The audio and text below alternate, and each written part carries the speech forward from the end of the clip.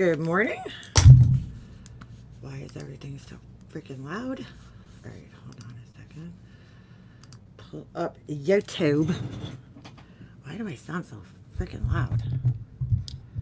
Sorry about that. Sorry about that. I guess there's no Karen Reed trial today. Interesting. A lot of Gilgo news. Whoa. Okay, let me get this open. Hold on a second. Switch account. No. Oh my god, bro. What am I doing? We'll wait for a few minutes for people to come in here. Sorry. Kind of boring with me talking to myself. But that's what I do. Good morning. You guys know me. I don't have any intro songs, nothing fancy on this channel here. Excuse me. Let's, hold on a second. I just want to do something. Oh, Lord. Load. All right, let's do this real quick. Hold on a second. All right. I am just getting myself set up for a minute here. Good morning. Hold on a second. All right. How is everybody this morning? Hope everybody's doing good. I'm so tired. Yes, happy Friday. I don't have that long. What time is it? 10. Yeah, I got like 2 hours maybe. What a week I've had. It's been a busy week. So the other day, was it Wednesday? Yeah, Wednesday. I went on a field trip with my son to Manhattan, and oh shit, I almost just fucking lit myself on fire. Okay. I went on a field trip with my son the other day, and holy shit, it was just the longest day. We got up at 5. We had to go to the city, so we had to, go to the train station, take the train to the city with a bunch of, 10 and 11-year-olds on the train. That was fun. And then it was like a free-for-all. We went to go see this Harry Potter play. It's called Harry Potter, I think, and the Cursed Child. Harry Potter and the Cursed Child. And it was all right. I mean, it was a long play, dude. It was 3 hours long. 3 hours long. I've never been to a play that long. Like, I've been to quite a few Broadway shows, and never have I been to one that was 3 hours long. I mean, that's crazy. But it was a good play, but I just felt like you needed to kind of know the backstory of like Harry Potter, which I don't know because I never watched the movies. So you kind of needed to know that backstory just a little bit to kind of understand some of the dialogue and stuff in the play, because it was basically, so Harry Potter was like an adult, okay, and the play was about like him and his kid. So he has a son now, and it was like, you kind of had to know the characters. Like, I don't know any of the characters from Harry Potter, so I was a little lost. And then plus you have these actors that are trying to do this like English accent, and they're hard to understand, so you couldn't understand some of what they were saying. And we had like the worst seats. We were like all the way up at the top, so I was like so tired by that point in time. I was like falling asleep. My son's like kicking me every 2 seconds to like wake me up, because I'm like, bro, I'm like so tired. And I'm like sitting there. I probably wasn't the only parent falling asleep. I'm like sitting there and I'm like dozing off. My son keeps kicking me. I'm like, I'm sorry, it's like dark in here, I'm tired. But it was a long day, and I'm a little upset with my son's school. I don't know. I don't even know who to be upset with at this point. So one of my son's friends, the mom, and I are friendly with each other. And so she texted me a couple of days ago, and she's like, did your son's teacher call and ask if you could like watch any kids? And I'm like, no. And she's like, because this wasn't a trip where we were all going together as a group and staying together as a group. It was a trip where it's like, we're going on the train together, and then it's kind of like you're on your own after that, I mean, you're gonna go. We went and ate lunch, and then we went to what do you call it? the play afterwards, but you were on your own. Like, it was your responsibility to get you and your kid there. So she's like, well, anyway, my daughter's teacher called me and asked me if I could like watch this kid. And I'm like, okay. She's like, I don't even know the kid. I'm like, well, I would have told the teacher no if that was the case. Like, I would have been like, I'm sorry, I'm not watching a kid that I don't know. So I guess she felt bad saying no. So over the next couple of days, she's like texting me and she's like, okay, I'm going to have to pick this kid up. And, she's like, really, like, she was nervous about it. So she's like, could we stay together like during the trip? I'm like, yeah, absolutely. So it was me, her, and this other mom. And we were like, we stuck together because we all know each other. So we get on the train, whatever, we get off. Well, as soon as we get to the train station, and I'm not saying this to be, mean or ugly, but she's like, that's the kid that I have to watch. This kid's like 5 feet tall. He's a big kid, like heavy. And as soon as I started talking to him, I could tell that there was something different about him, I'll say. And then once we got into the city, I really started to notice, I mean, not just me, the other moms started to notice too, that like, okay, this kid isn't like, he's not like our kids. Okay, like there was pigeons flying, when you walk through the city, there's pigeons everywhere. So he was like freaking out, like literally coming apart when he seen a pigeon, like, hands flapping, like screaming when he saw pigeons. And his behavior was just, it was just off. It was different. And he was way behind us. He was walking really slow. And we had to keep waiting up for him and like checking on him and everything like that. So I'm like, this isn't good, like I feel bad for this kid. So my son and was kept like the other kids kept trying to like, come on, come hang out with us to the other kid.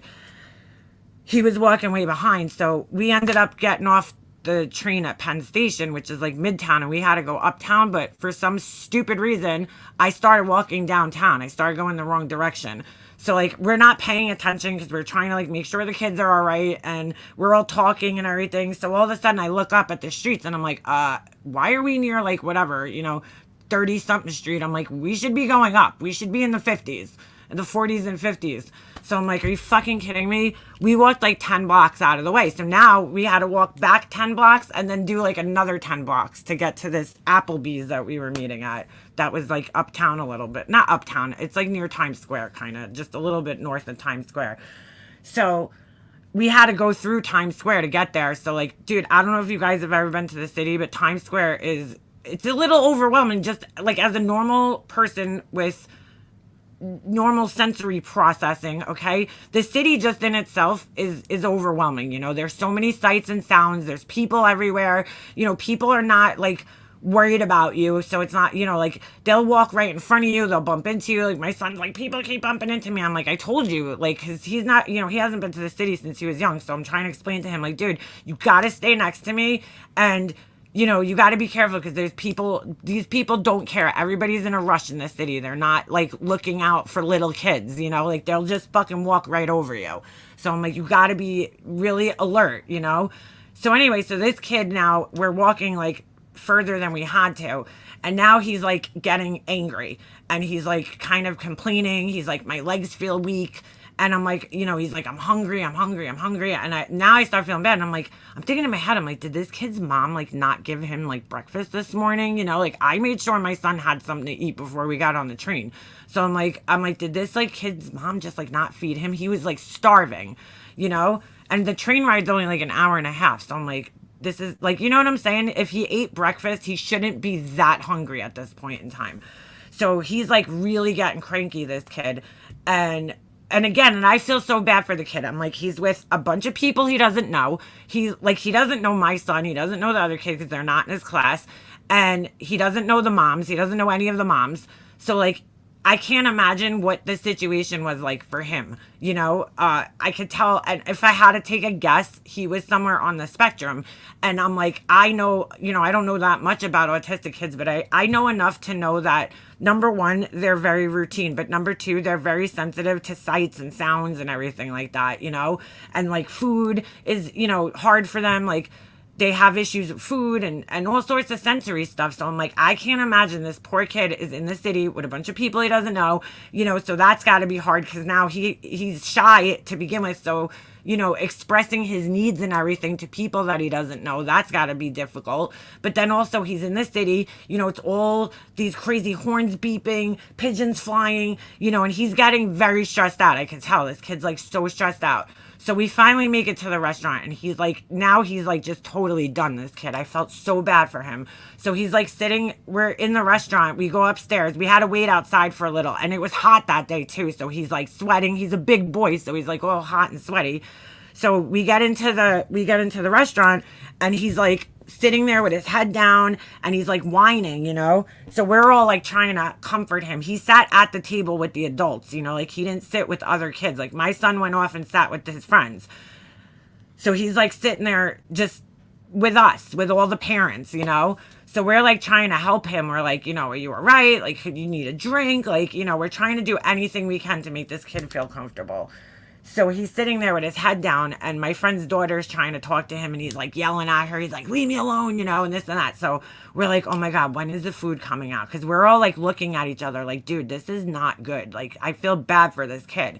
So all of a sudden the food comes out and we had pre-ordered our food like months ago. So he was so hungry that he just saw food and he grabs the dish and he puts it down and it was not what he ordered. It was like chicken tenders. So like he starts just taking the chicken tenders off his plate and putting it on the girl's plate that's next to him. And we're like, what's the matter? And he's like, he couldn't even like express himself at this point. I think he was so overstimulated. So he was like, we're like, do you like chicken? And is this not what you ordered? So he's like shaking his head no. So we're like, all right, we go get him a cheeseburger, right? We put the cheeseburger down. We're like, is that better? He's like, he's sitting there like staring at it, So then all of a sudden he like picks up the burger and he takes the bun off and he's sitting there like inspecting the bun. It was really weird. And then he puts the bun down and then he's taking the spoon. They had like a plastic spoon and he's scraping the cheese off the burger, but like very systematically. And he looks like he's going to cry, this kid. Like he literally looks like he's going to burst into tears. So I'm like, oh my God, maybe he doesn't like cheese. Like, I don't know, So finally I say to my friend, I'm like, listen, I think you should go over and tell his teacher, like, because we're not equipped to handle whatever he has going on right now, So the teacher does not even check on this kid at any point. I was like, what the fuck is going on here? I'm like, why would this school call you and ask you to watch this kid who has special needs clearly? Like, why is he not with his teacher or an aide, or why the fuck is his parents not here? Because there was no way in hell I was sending my son to the city on this trip without me. Like, I don't know a lot of the parents in the school, so I'm like, I'm not going to send my son to the city where it's like a free-for-all, and they're not staying with a group with a bunch of adults, I'm not doing that. So I was like, I can't believe this kid's parent didn't come with him, like just sent him like this with strangers. Like, I was just kind of in shock, So anyway, they're like, he's like, finally we got him to eat some food. And as soon as he ate, his mood, got better, thank God. And then, and then he was okay after that for a little bit. But once we got to the play, we had to walk again like another 10 blocks. And then once we got to the play, we all had to split up because our kids were in different classes and the seats were with the teachers' classes. So my friend, I ended up getting separated from her after the play because it was like fucking chaos when the play, like, when everybody came out. It was just like there was so many people and it was just like they were kind of like pushing you out, like to get out the door and get out of the street, like get out of the way. So my son ends up running into two kids from his class and they wanted to go somewhere else. So he's like, can I go with them? I'm like, sure. So I ended up getting separated from the other two moms that I was with. On the way home, the girl's like texting me and she's like, oh my God, you don't even know what happened. She's like, we were in the play and the play was like, dude, there was so many lights and, flashes of fire and all this shit going on that the kid got freaked out and started hysterically crying during the play. So she had to bring him outside to calm him down. And she's like, it just went downhill from there. Once they got out of the play, they started walking back to the, train and he dropped his phone in the street and he was crying. We lost him at one point too. Oh my God, I forgot about that. We lost him. We went into like, they have like a whole store dedicated to M&Ms, which I think is the dumbest fucking thing on the planet, but whatever. So, because it's little M&Ms and they're like fucking 10 times the price that normal a bag of M&Ms are from like the fucking gas station. It's crazy. So anyway, we go in there, and the mom walks in. I see my son and the other two kids walk in, and I'm looking around, and the mom's coming after me, and I'm like, where is this kid? And the mom's like, he's in here. I'm like, no, he's not. And she's like, yeah, he is. I'm like, no, he's not. I'm like, I was the first one in here. I was the first adult. So I didn't see him walk in. I walked in right behind the other kids. He's not in here. She's like, yes, he is. So now I'm like panicking. I'm like, where is this kid? And he's not even my responsibility, but I'm like, I feel like, he's a kid. I'm going to look after him. So all of a sudden I look outside and he's standing in the street. I'm like, oh my God. I'm like, there he is. So we had to go grab him. Oh my God. It was such a nightmare. Like I felt bad for the kid though. Like I was fine, but I felt bad for the kid because I'm like, this poor kid is like fucking, he's stressed out. Clearly, I can't believe his parents would put him in this situation and the school would put him in this situation. Like he should be with somebody that he knows, and then somebody that's familiar with whatever issue it is that he has. I can't diagnose the kid, but if I had to guess based on some of the behaviors that I saw that day, he's definitely somewhere on the spectrum, and I'm like, this poor kid, like I just felt so fucking bad for this kid that day. Like he was struggling, So I felt bad for the mom too, because, he was crying on the way home. She said he cried on the train on the way home. I'm like, oh my God, like, why would this school do this? Don't you feel like, is it just me? All right. Because that's what I want to ask people. Like, don't you feel like the school should have made accommodations for this kid? He has the right to be on the trip with everybody else. I mean, and I guess they can't tell the parent, well, you have to come. So the parent sends him. Don't you think this school should have made some type of accommodations for this kid, like whether it was sending an aide with him, or at least at the very least sending him with somebody that he was familiar with, that was familiar with him? Like they literally just picked a mom and called her up and asked if she could take him. I mean, I would have said no, because I just would have been like, look, I don't know this kid and I'm not taking a kid that I don't know. I don't want that responsibility, because God forbid if something happens. But what play was it, chick? It was the Harry Potter play. Push the boy off on someone else. And the teacher, if I didn't tell her to go up and talk to the teacher never would have even checked on this kid the whole day. She tells the mom, she's like, oh, he's shy. I'm like, girl, this is not shy. I'm like, there's something else going on here. And whatever it is, we're not equipped to deal with it. Like, this kid has needs that are a little bit more than our kids. And I feel really bad for him because he didn't have fun that day. The trip was supposed to be a day of kids having fun, and he was not having fun, this kid. Oh my God, it was just terrible. It was, for him, I had a great time. My son had a great time, but I felt bad for this kid because I felt like he was put in a situation where he was like set up to fail, basically. This school absolutely should have made accommodations for him. This is so weird. The school does. I was like kind of shocked because I got to be honest, like this school's pretty good. So I was like kind of shocked that they would even put a kid in this position. Like, and I don't know why they picked her of all the parents in the classroom. I'm still not really clear about that. But I was just like, I felt bad for the kid because I'm like, this is supposed to be a great day for these kids. They're supposed to have fun. They're going to the city. And clearly this trip is overwhelming for this child, and he's not having a good day. You shouldn't be crying on your, class trip. It's the end of the school year. It's, the end of elementary school. You're going into middle school next year. Yeah, girl. He wasn't in the road. He was on the sidewalk, but I saw him. I think he saw another group from our school that he like recognized and just like thought he was with them, because one of the kids that was with them was like, oh, we're gonna, I don't know, team up or something. And then his parents ended up walking away. And I don't know how he got separated from us, because I kept checking back on this kid. Like, I felt like he was my responsibility, even though he wasn't, because I felt bad for him, because I'm like, dude, this kid's clearly stressing out. I do have to give my son credit, though. My son, obviously the other kids could tell when there's something wrong. Not wrong. I hate saying that, but you know what I'm saying? They could tell when there's something different about a kid. My son acknowledged it, and he's like, he was I was very proud of him that day because he was trying to make sure that that kid was included.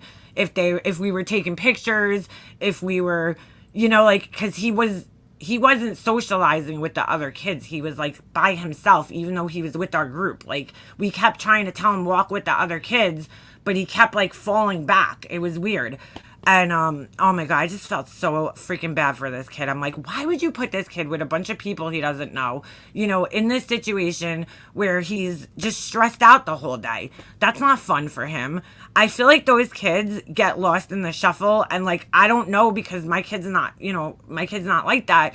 And I'm like, this is really fucking sad. Like, this kid just got completely lost in the shuffle that day. Like, he should have had somebody there with him that could be with him.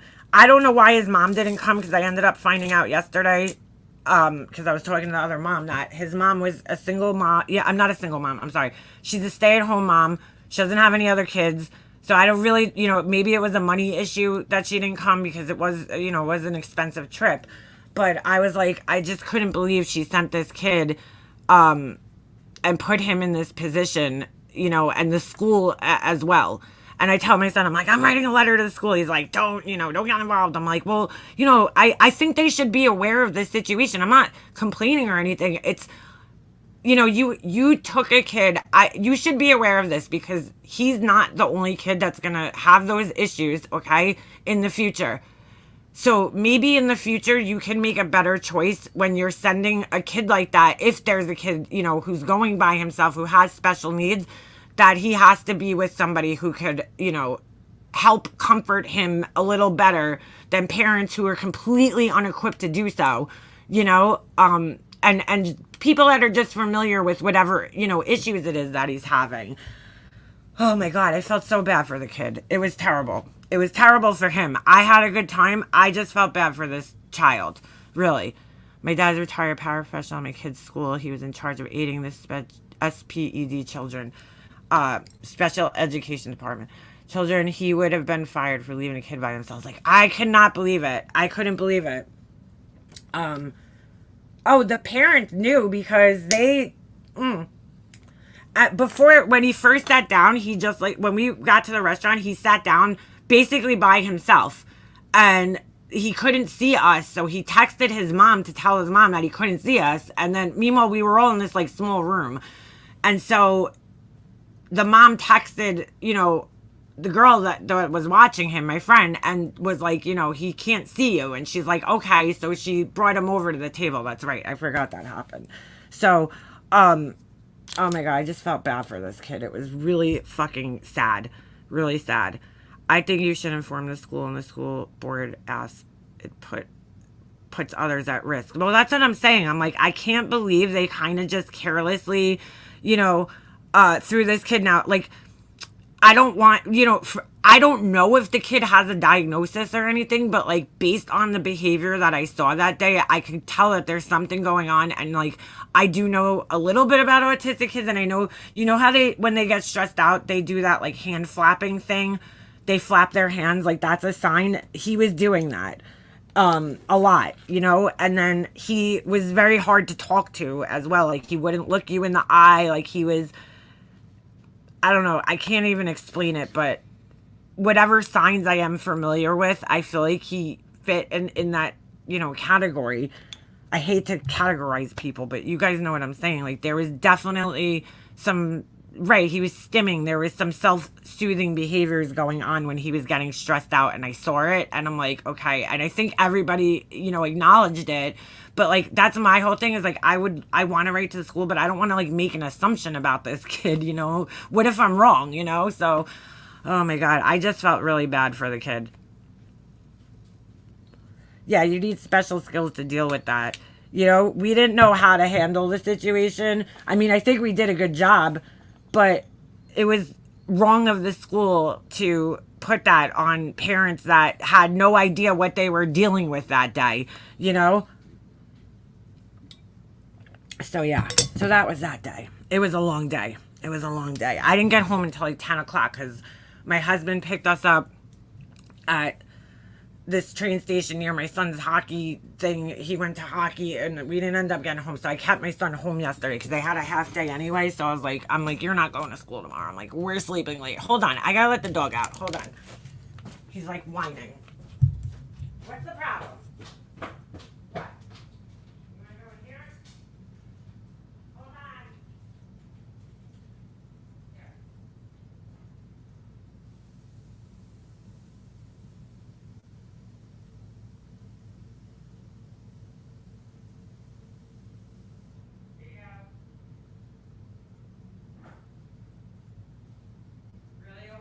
You're just gonna stare at the water bowl that you were just crying for. Okay. All right, sorry. Yeah, we did a lot of walking that day. It was a long day. There's no doubt he's high on the scale. Yeah, like that's what I'm saying. I'm like, he was like, dude, this kid was struggling so bad the whole day and he was so stressed out. And I'm like, that's why I just like felt bad for the kid because I'm like, this is not supposed to be a stressful day for this kid. He should be having like a great time. So I was pretty upset. And yeah, the teacher's a fucking asshole. She's young, I could tell. And you know, she's like just like like I'm thinking like, why are you not with this kid? Like, you know, I don't know. So my son, like all night, he kept saying, he's like, I felt bad for him. I'm like, I did too. I'm like, because he didn't have a good time, it didn't seem like. You know, I'm like, it seemed like the whole day was just very stressful for him. Every step of the way, you know, there was little parts where he seemed happy, but then there was, you know, his mood was very extreme. Like it was fluctuating from like happy, excitement, screaming, you know, saying like bizarre things at weird times, and then very upset, you know, crying and hysterics. It was a lot. I felt bad for him. So, anyway, so yeah, so that was that. And then yesterday we stayed home because we were just tired. I'm like, I'm not sending you to school for 2 hours. That's ridiculous. Oh my God, I'm going to kill this dog. Hold on a second. First he wants water, and now he wants to go outside. Hold on. What are you doing? You want to go out? Go. Go lay on your couch. Oh my God. Getting a workout today. Anyway, I was very proud of my son because I'm like, you know what? I'm glad he like acknowledged that, because there was another boy with us, and not that he wasn't like, he just wasn't as aware that there was an issue, where my son, I feel like he picked up on it without me saying anything to him. My son picked up on it on his own and was going out of his way to try to make the kid feel comfortable and included. And he kept coming up to me the whole day, Ma, I feel bad for him. I feel bad. I'm like, me too. You know, because he was very, very upset. And they were trying to include him in, even though he was kind of isolating himself. They were still, like, my son was still trying to include him in.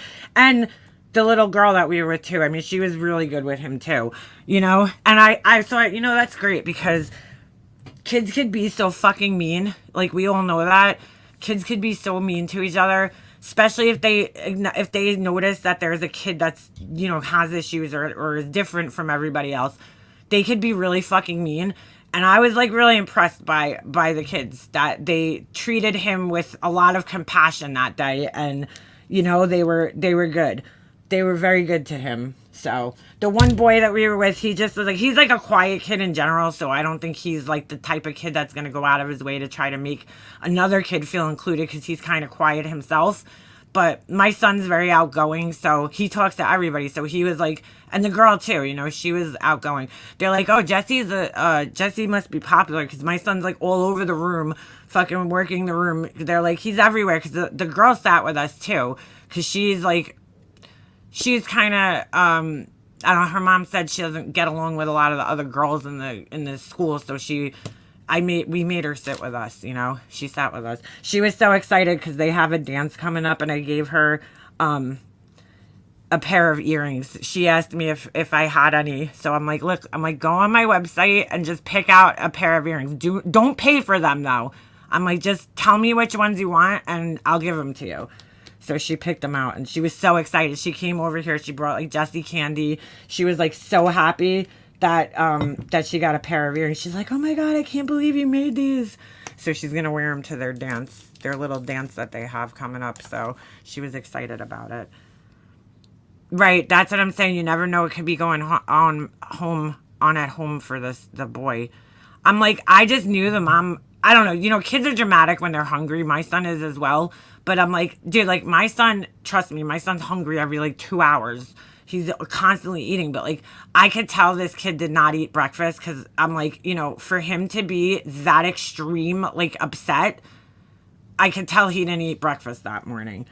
Because he was very extreme in his, you know, like that he was hungry. So he must have been starving. You know what I'm saying? For him to be expressing that, like the way he was, I think that he didn't eat breakfast. I mean, I'm not 100% sure. I didn't ask him, but, you know, it's not my business. But I was like, oh my God, it was hot. Yeah, hot, hungry, and not used to walking on city blocks. I mean, you've been to the city, girl. Like, if you haven't been to New York City, let me show you what you see in New York City. Hold on, where's my phone? You guys are going to love this shit. You guys are going to love this. Hold on a second. Bro, I took pictures. I was sharing them in my Discord, like, little room. Because I'm like, dude, you guys, like, if you've never been to Manhattan, then you don't know the shit that you see. Hold on. This was one of my favorites. I'll just show you guys, like, 2 pictures. Hold on. This guy right here. Oh my God, wait, it gets better. It gets better. All right, hold on. I was like, a lot of people have never been to New York City and they have no idea how fucking crazy it actually is when you go there, especially near Times Square because it's like a huge tourist attraction. So not only does Times Square attract people that what do you call it? You know, hold on a second. I'm just trying to open this. All right. Not only does it attract people from all over the world, right? But it attracts, you know, New Yorkers because it's a place for them to make money.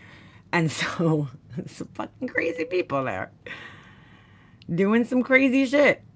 Yeah, the headdress guy, he's the best. All right, where is this? How come it's not opening up? All right, there it is. All right. You guys are going to love this. Hold on. Open sesame. Come on, open up. Yeah, Times Square is a freaking zoo. I hate Times Square. I told my son, I'm like, one day I'm going to bring you back to the city and we'll go downtown because that's where I like going. I like downtown, like the downtown area. Some people like going up. I feel like the downtown, like it's calmer, not as many people, not as many tourists. I mean, there's still tourists. There's going to be tourists anywhere you go in Manhattan, but, you know, it's definitely a different vibe down there, you know?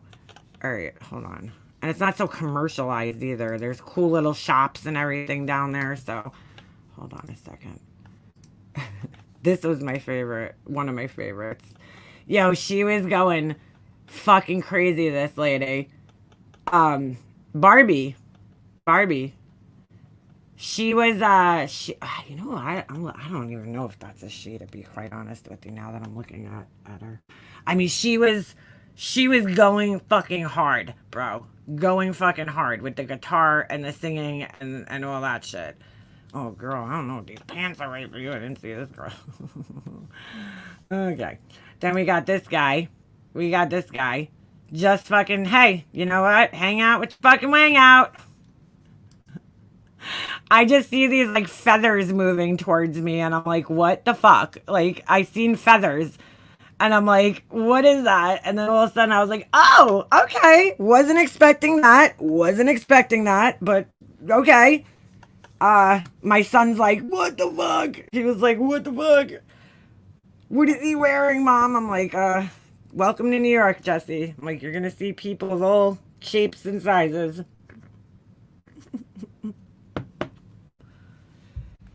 Yeah, that guy was there. I think it looks like he's handing out little flyers for like a strip club or something.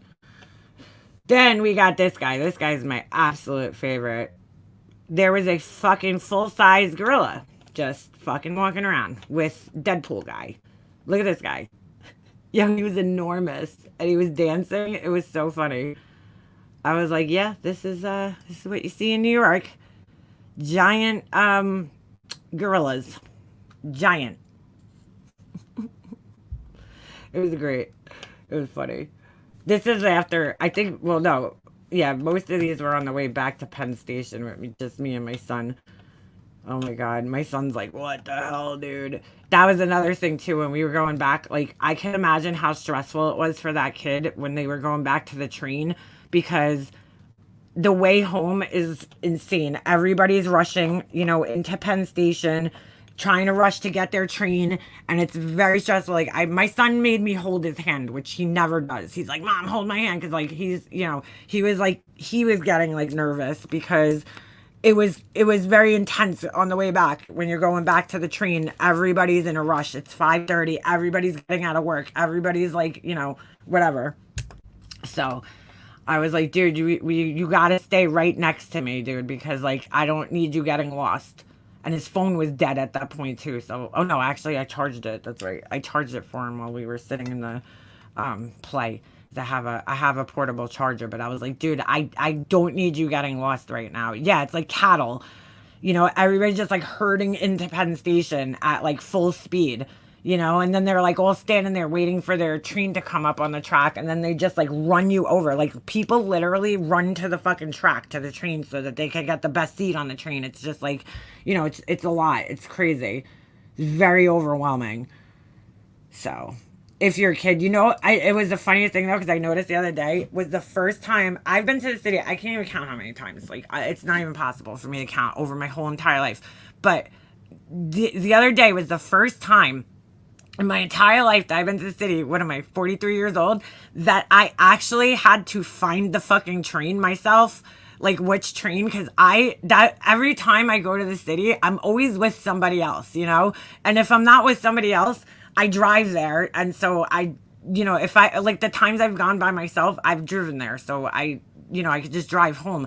I've never taken the train I've taken the train by myself, but even if I was by myself, somebody brought me to Penn Station and then got me on the right train and then got me home. Like, I'm like that, dude. Like, even in airports, I'd be fucking lost. If I had to go to an airport by myself and, like, find my gate, I'd be totally fucking lost. Like, I'm, like, so bad with that shit.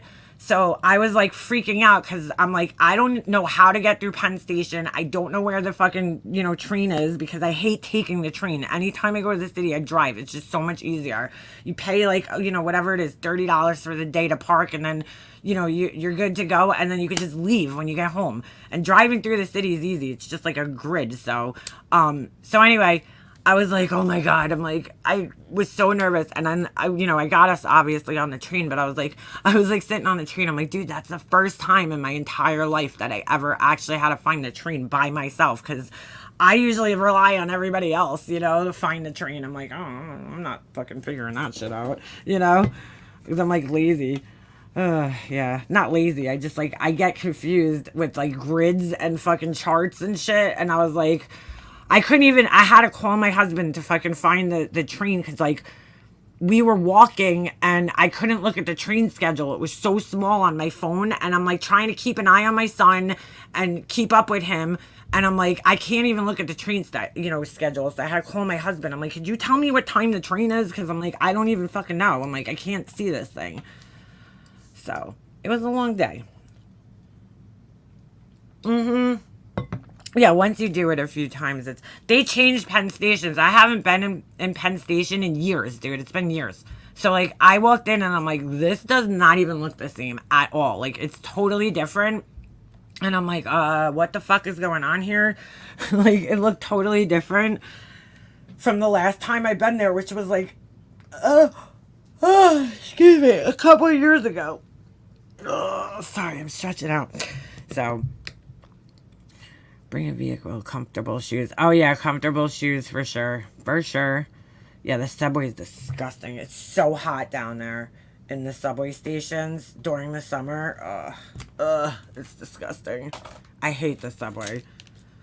Yeah, the people are definitely amusing. I'm telling you, New York City is the best place to people watch. Like, if you just want to sit there and watch people walking by, it's interesting. definitely interesting. Ball of energy. Oh my god, yeah. Ball of energy. So I don't know who caught Laura's live last night. That was fucking interesting. You don't need shoes when you're a ball of energy. Bro, that shit. So I'm sure some of you guys caught it. Apparently, Laura makes this announcement the other day. I'm not doing drama. But I'm gonna do drama. I'm gonna come back and do drama. So she does this review of I don't know, I guess Randy and Wendy got in some type of altercation with Republican Ash. Now, you guys know Republican Ash has come in here quite a few times, and I refuse to let her up on panel because I'm not arguing with Republican Ash, dude. I'm not arguing with the girl.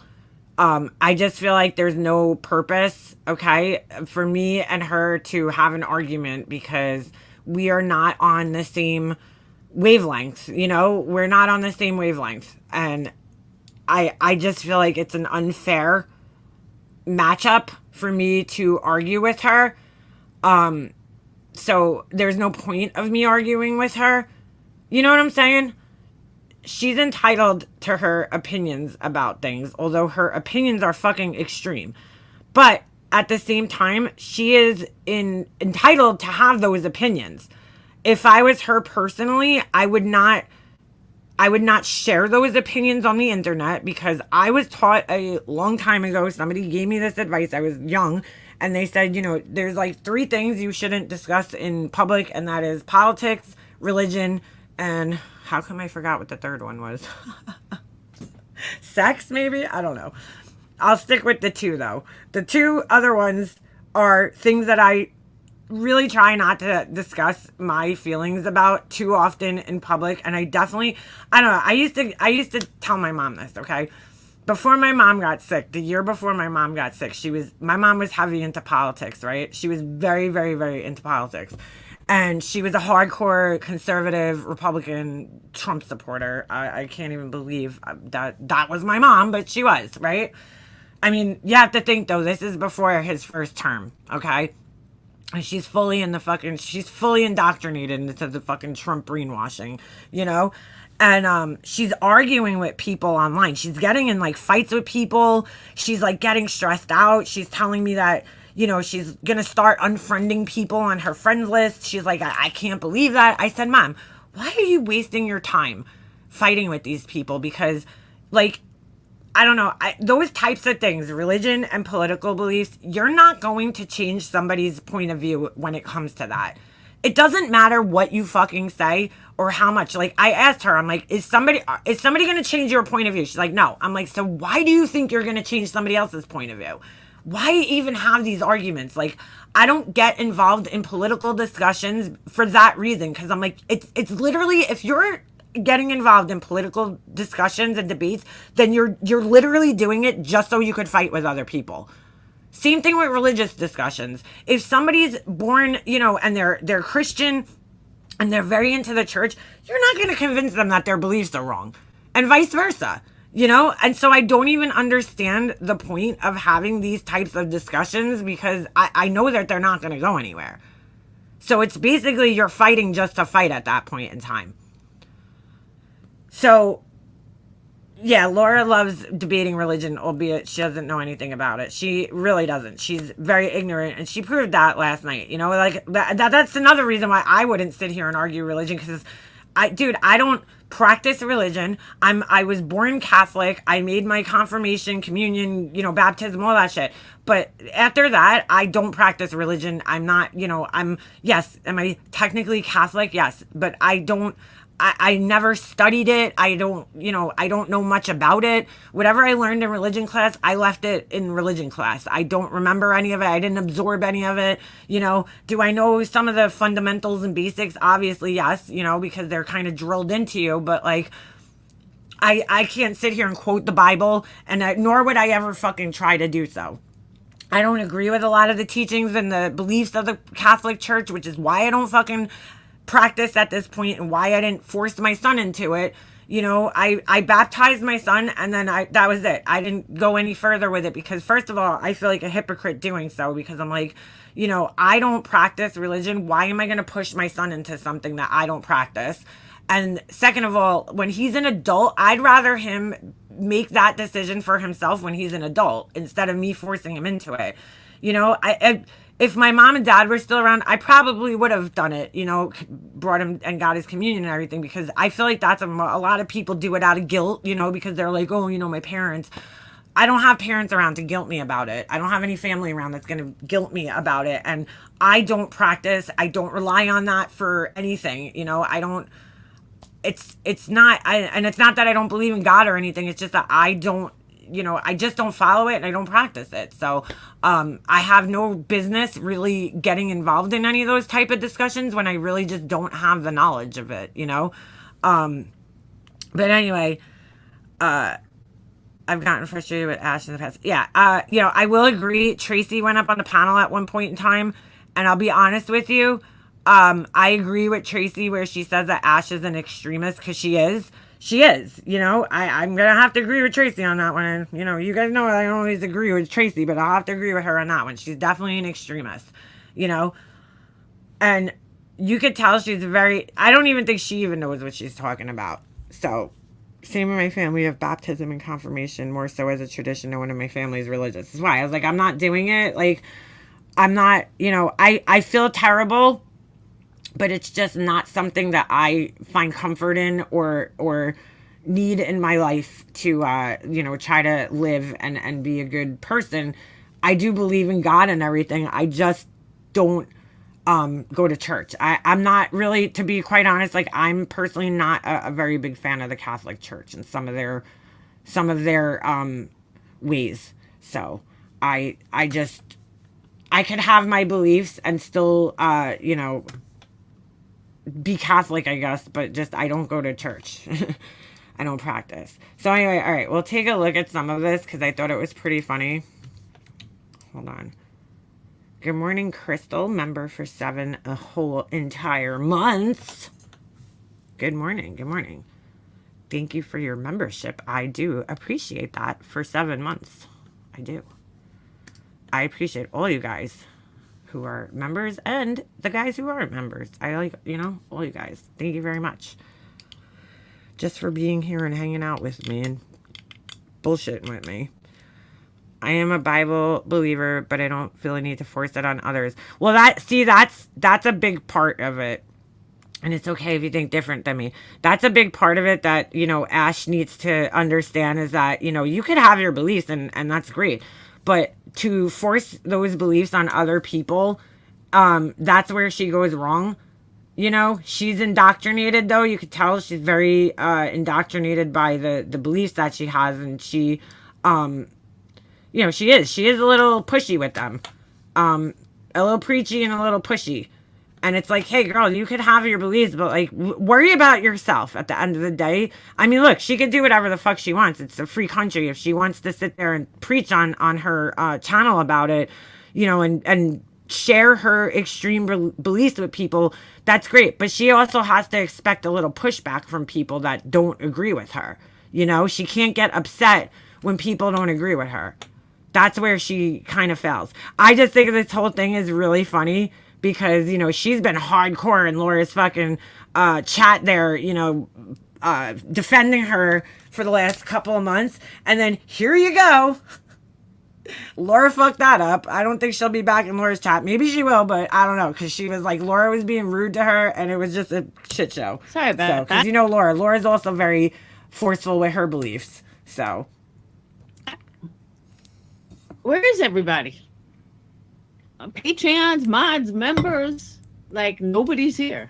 Yeah, she's radical. So I'll wait before I get started. What's up to the people that are here? KCG and Aries and Red.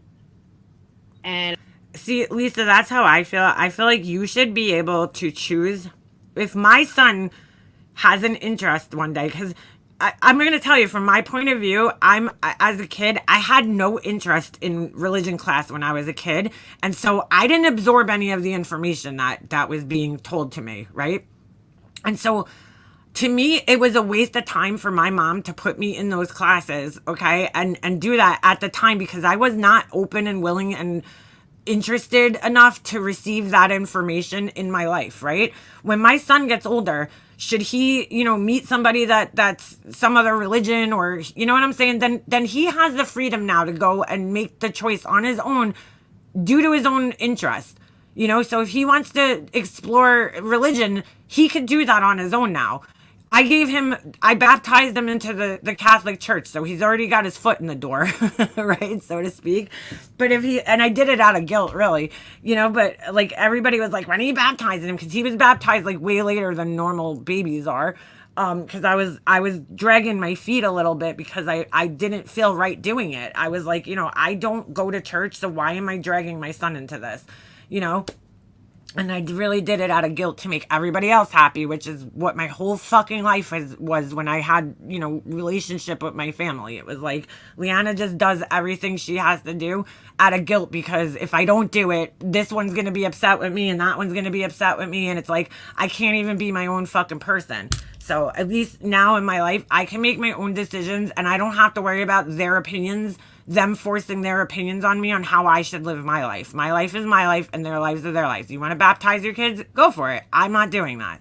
So I don't have anybody forcing me, and thank God my husband's also supportive of it, but I just think to be fair for my son, he should be able to, figure that out when he gets older, if he wants to do it. My family's hardcore Catholics, dude. Like there's a lot of Bible beaters in my family that really are into the church, and that's great. I'm happy for them. Like my cousin Ego, she's very into it, but she doesn't force it on me. She's not.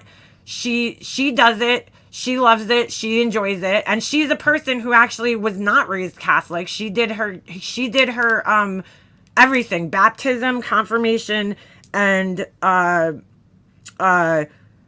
communion and everything when she was an adult. She was a grown adult by the time she did it. And now that she did it as an adult, she found a love and appreciation for it as an adult. And she actually volunteers. She works at her church. Like she teaches religion class because she was able to make the decision on her own. She was, you know what I'm saying? She wasn't forced into it. She explored it on her own and then went through the steps to get baptized and everything as a grown adult, and she really loves it and enjoys it now. But she's also not forceful with her beliefs on anybody, and I appreciate that. The rest of my family, there's some of them are, fake Catholics, what I call. They're just people that, they use God when it's convenient, basically. They're like, oh my God, like, you shouldn't do this and you shouldn't do that. But they don't go to church, they don't practice. And then I got a few people in my family that go to church, and Jesus is the reason for the season. Like they're constantly throwing it in your face all the time, for everything. And that shit, it's just like, dude, stop pushing this on me. Thank you. So, I got all kinds in my family, but my mom was not into it either. So I don't know, I think my mom brought me out of guilt, and, I wasn't going to do that to my kids. So. And I don't know where everyone else is. But Phoenix took me out for sushi. Oh, Ash, no, you're not on. There's so much we need to discuss. So much.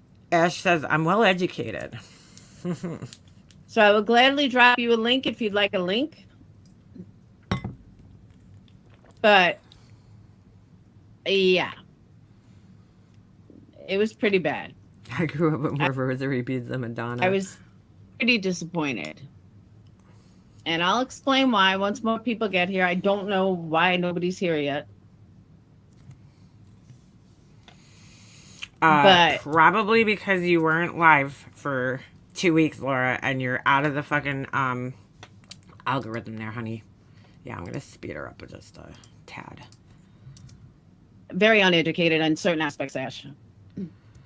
Says somebody who's also very uneducated on just basic things. I mean, but I'll get into it. I don't want to talk about it now. I'll wait for more people. Remember, Laura has studied every religion there is, so. So how's everyone doing tonight? Hopefully good. Phoenix took me out for sushi. No, Ash isn't even open to be educated. The only time she's open to be educated is when it's somebody who agrees with what she's saying. Sage brought me a... She's like, Brian said it, so it's true. I'm like, dude, that's the last person you should be fucking relying on, just saying. chocolate chip cheesecake from Cheesecake Factory. Oh my God. It was like, it's better than sex. It's that good. Oh, Jesus. So I'm doing something tonight that I really didn't think I was going to end up doing. And that is an old, not old, it's brand new, but OG DC live. OG DC review. Happy birthday. Happy birthday in heaven. Today's my ex-husband's birthday. 6669. It's kind of easy to never forget it. Boop, boop, boop. I don't even have a mod here yet. What the fuck? Right, I'm going to fast forward a little because anywhere. I didn't hear this part yesterday. I came in like later on in this. Ash, that doesn't matter to me. I don't care who talks shit. This isn't about talking shit. This is... Laura, I wouldn't defend the DC. They talk gross about you, but it's okay. I'll listen to what you have to say. I'm open-minded. It's about the ignorance. Yeah, yesterday she wasn't covering drama anymore, and then like boom, right back into the swing of things. Of Jesus and the Bible and being gay and how you're damn going to hell. All that bullshit. I don't care about what the DC says about me. I don't give two fucks. Not for nothing, but like I know how Republican Ash is and how extreme her beliefs are. So like I don't fucking listen to her because of that reason. Because I'm like, she's just gonna piss me off, right? With listening to this. Like that's what I don't understand. Why are you even listening to this if it gets you that fucking pissed off? Like I'm not gonna change that girl's mind. So whatever. It's a waste of time, honestly. This whole thing. That's not what this is about at all. This is about the hypocrisy of the Bible. I got all my Bible quotes. All the reasons that I'm agnostic. The ignorance. So Laura went from atheist somewhere in the last couple of months. She converted from atheism to agnostic. I was gonna say agnosticism, but I don't even know if that's a fucking word. So atheist. I don't think she knows the difference here, but atheist means that you like don't believe in anything, right? Agnostic is like you believe in a higher power, but you don't necessarily follow any typical, denomination of religion. So somewhere in the fucking last couple of months, she turned from atheist to agnostic. She says she's an atheist, but if you look at the thumbnail of this video, it says Jesus, atheist, gay, straight. Let's review from an agnostic point of view. And I'm like, I don't know where that happened, when the change exactly happened. But she was atheist just like 3 weeks ago. And now she's agnostic. And some of the wild shit that comes out of her mouth, okay, I'll give you guys an example. She's, the whole time through this entire live stream, she's talking about how the Bible's just a book, okay? And, it's just a book. It's just a book. It was written for, blah, blah, blah, blah, blah reason, to show people how to live, which I could agree with in some senses. I do feel like the Bible was created as, this is before we had government systems and stuff. So it was created as a roadmap to life, how to live a good life and be a good person, okay? And it was kind of keeping law and order in the land, okay, before government was a thing. So I get it, I understand what she's kind of trying to say there, but she's like, it's just a book, and then later on in the live, she starts telling everybody that she knows that heaven's real, and the reason she knows, it's fucking crazy, is because she had a dream where she dreamt of her ex, okay, who passed away, and there was these blue and yellow tunnels, okay? And then, like, the next day, supposedly, allegedly, her friend told her that, that there's a book that's written that has, mentions these blue and yellow tunnels. And so because Laura got, confirmation somehow that these blue and yellow tunnels she saw were mentioned in this book written by this, like, random guy, it must mean it's true. Right? It must be true. That's what heaven is. Because, she connected all these dots. So I'm like, let me make sense of this. So the Bible is just a book. But when the book says something that you agree with and that you think, then it's like gospel. Ironically, right? Then it's like, oh yeah, it's the truth. It's the truth. It must be the truth because it was in my brain and it was in a book. So it must be the fucking truth. I know what heaven looks like. Like, what? what? Like, what? Yeah. That's what happened here. About Jesus and being gay. Believe me, I got tons of stuff to get into. Tons. Now, let me put a preface on tonight. Hey, Vanessa, let me put a preface on tonight. Wait, I'm breaking my rules? No, I'm not breaking my rules because I would never try to have an argument with somebody about this or discussion with somebody else who doesn't feel the same as me about this because or whatever, because I'm like I'm not going to convince you. Like, dude, I respect everybody's beliefs. You know, if you believe in God, I respect you. If I believe in God, please, I would hope you would respect me. I do believe in God, but I'm just saying, like, I don't ever try to tell people what they should believe in or not believe in. But when I'm listening to somebody like Laura, who's like totally just, I don't know where her head's at, bro. It's crazy. Here's what I put on tonight is, I am not downing anybody's religious beliefs. I am not saying that anybody should think the way I think. I'm not saying that. How is there a heaven if she don't believe in God? Heaven is his home. Girl, I don't know. If you believe in Jesus or you believe in the Bible. Okay, so what she's saying here by the end, which I'm not going to play this whole thing because it was extremely long, but like by the end of this, she was saying something completely different. She's basically telling Ash not to share her beliefs. Now, I don't agree with Ash's beliefs, but like that's the beauty of living in America is that, you know, we all have freedom of speech. So if Ash wants to do that on her channel, she has every right. I have a choice as well not to watch her, which I don't because of that, you know, but like you can't tell her that she can't share her beliefs.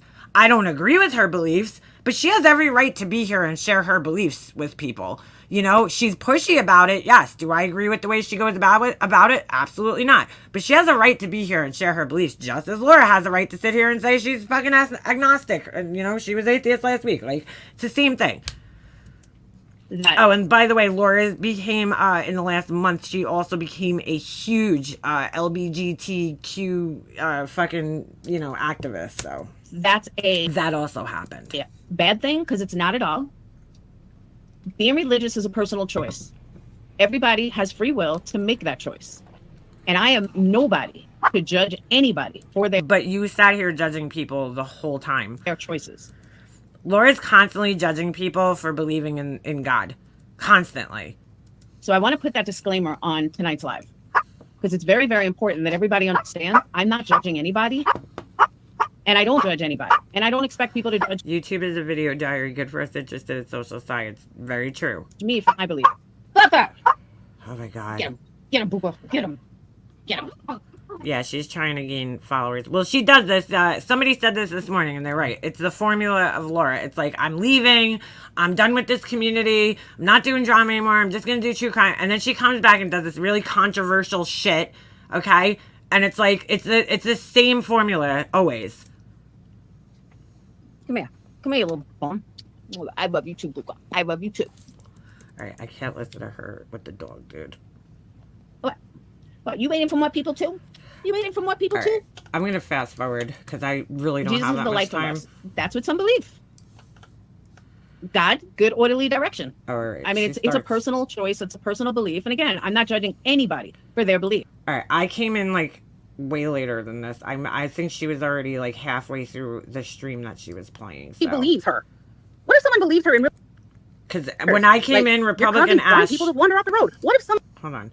When I came in, Republican Ash was on their panel. So let me fast forward a little bit. All right, there we go. Let's get to that part where she starts doing commentary on this. No. Go ahead. What I was about to say meant nothing. I apologize. Go ahead. Okay. Go ahead, Ash. So, $1,800 plus utilities. Oh, all right. Hold on. Let me rewind to the beginning. Because Ash does say some pretty crazy shit here. All right. Maybe she wasn't plugged in or something. There are many people that I do not agree with their lifestyle, but I would still be good to them and never talk badly about them or to them. That's beautiful, Jenny. Ash told them they're going to hell. Oh my God, bro. That was the funniest thing.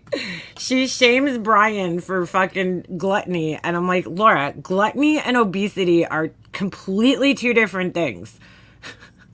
You could be a glutton and be skinny. Like, do you understand that? Just because somebody's fat, that does not mean that they're fucking a glutton. Oh my God.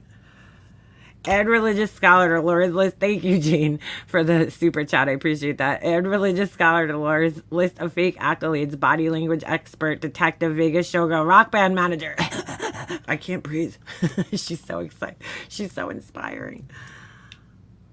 Yeah, right. he was just the cherry on top of his bullshit because whatever he said contradicted how he acts. I couldn't. I was like, dude, what the fuck? It was like 1 o'clock in the morning last night. I'm in my garage making a ring because I was trying to, you guys know I'm trying to metalsmith over here. So I cut a piece of copper wire down and I wanted to make a ring that was a size 6. That was my challenge to myself last night. So while I was filing and fucking doing sawing fucking copper and soldering things, this is what I was listening to.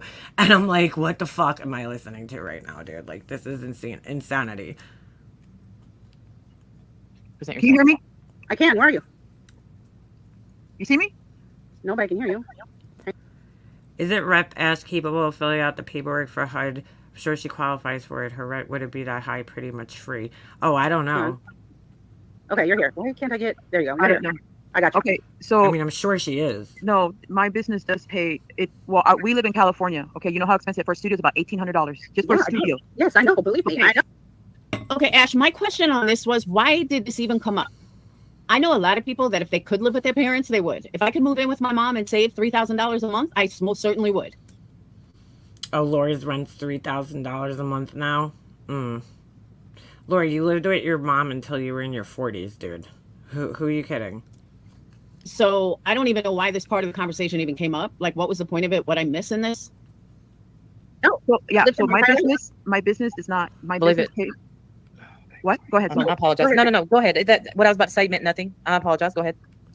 Go ahead, Ash. So $1,800 plus utilities plus bills all adds up. Oh, I know. You need about $3,000. I so appreciate you. I see 17 months. Woohoo! Ash, it's like that everywhere. Add 3 kids in the mix. And welcome to my world. It's just the way of the world. It's expensive. Add 3 kids in the mix. The 3 kids that you chose to have? Oh, okay.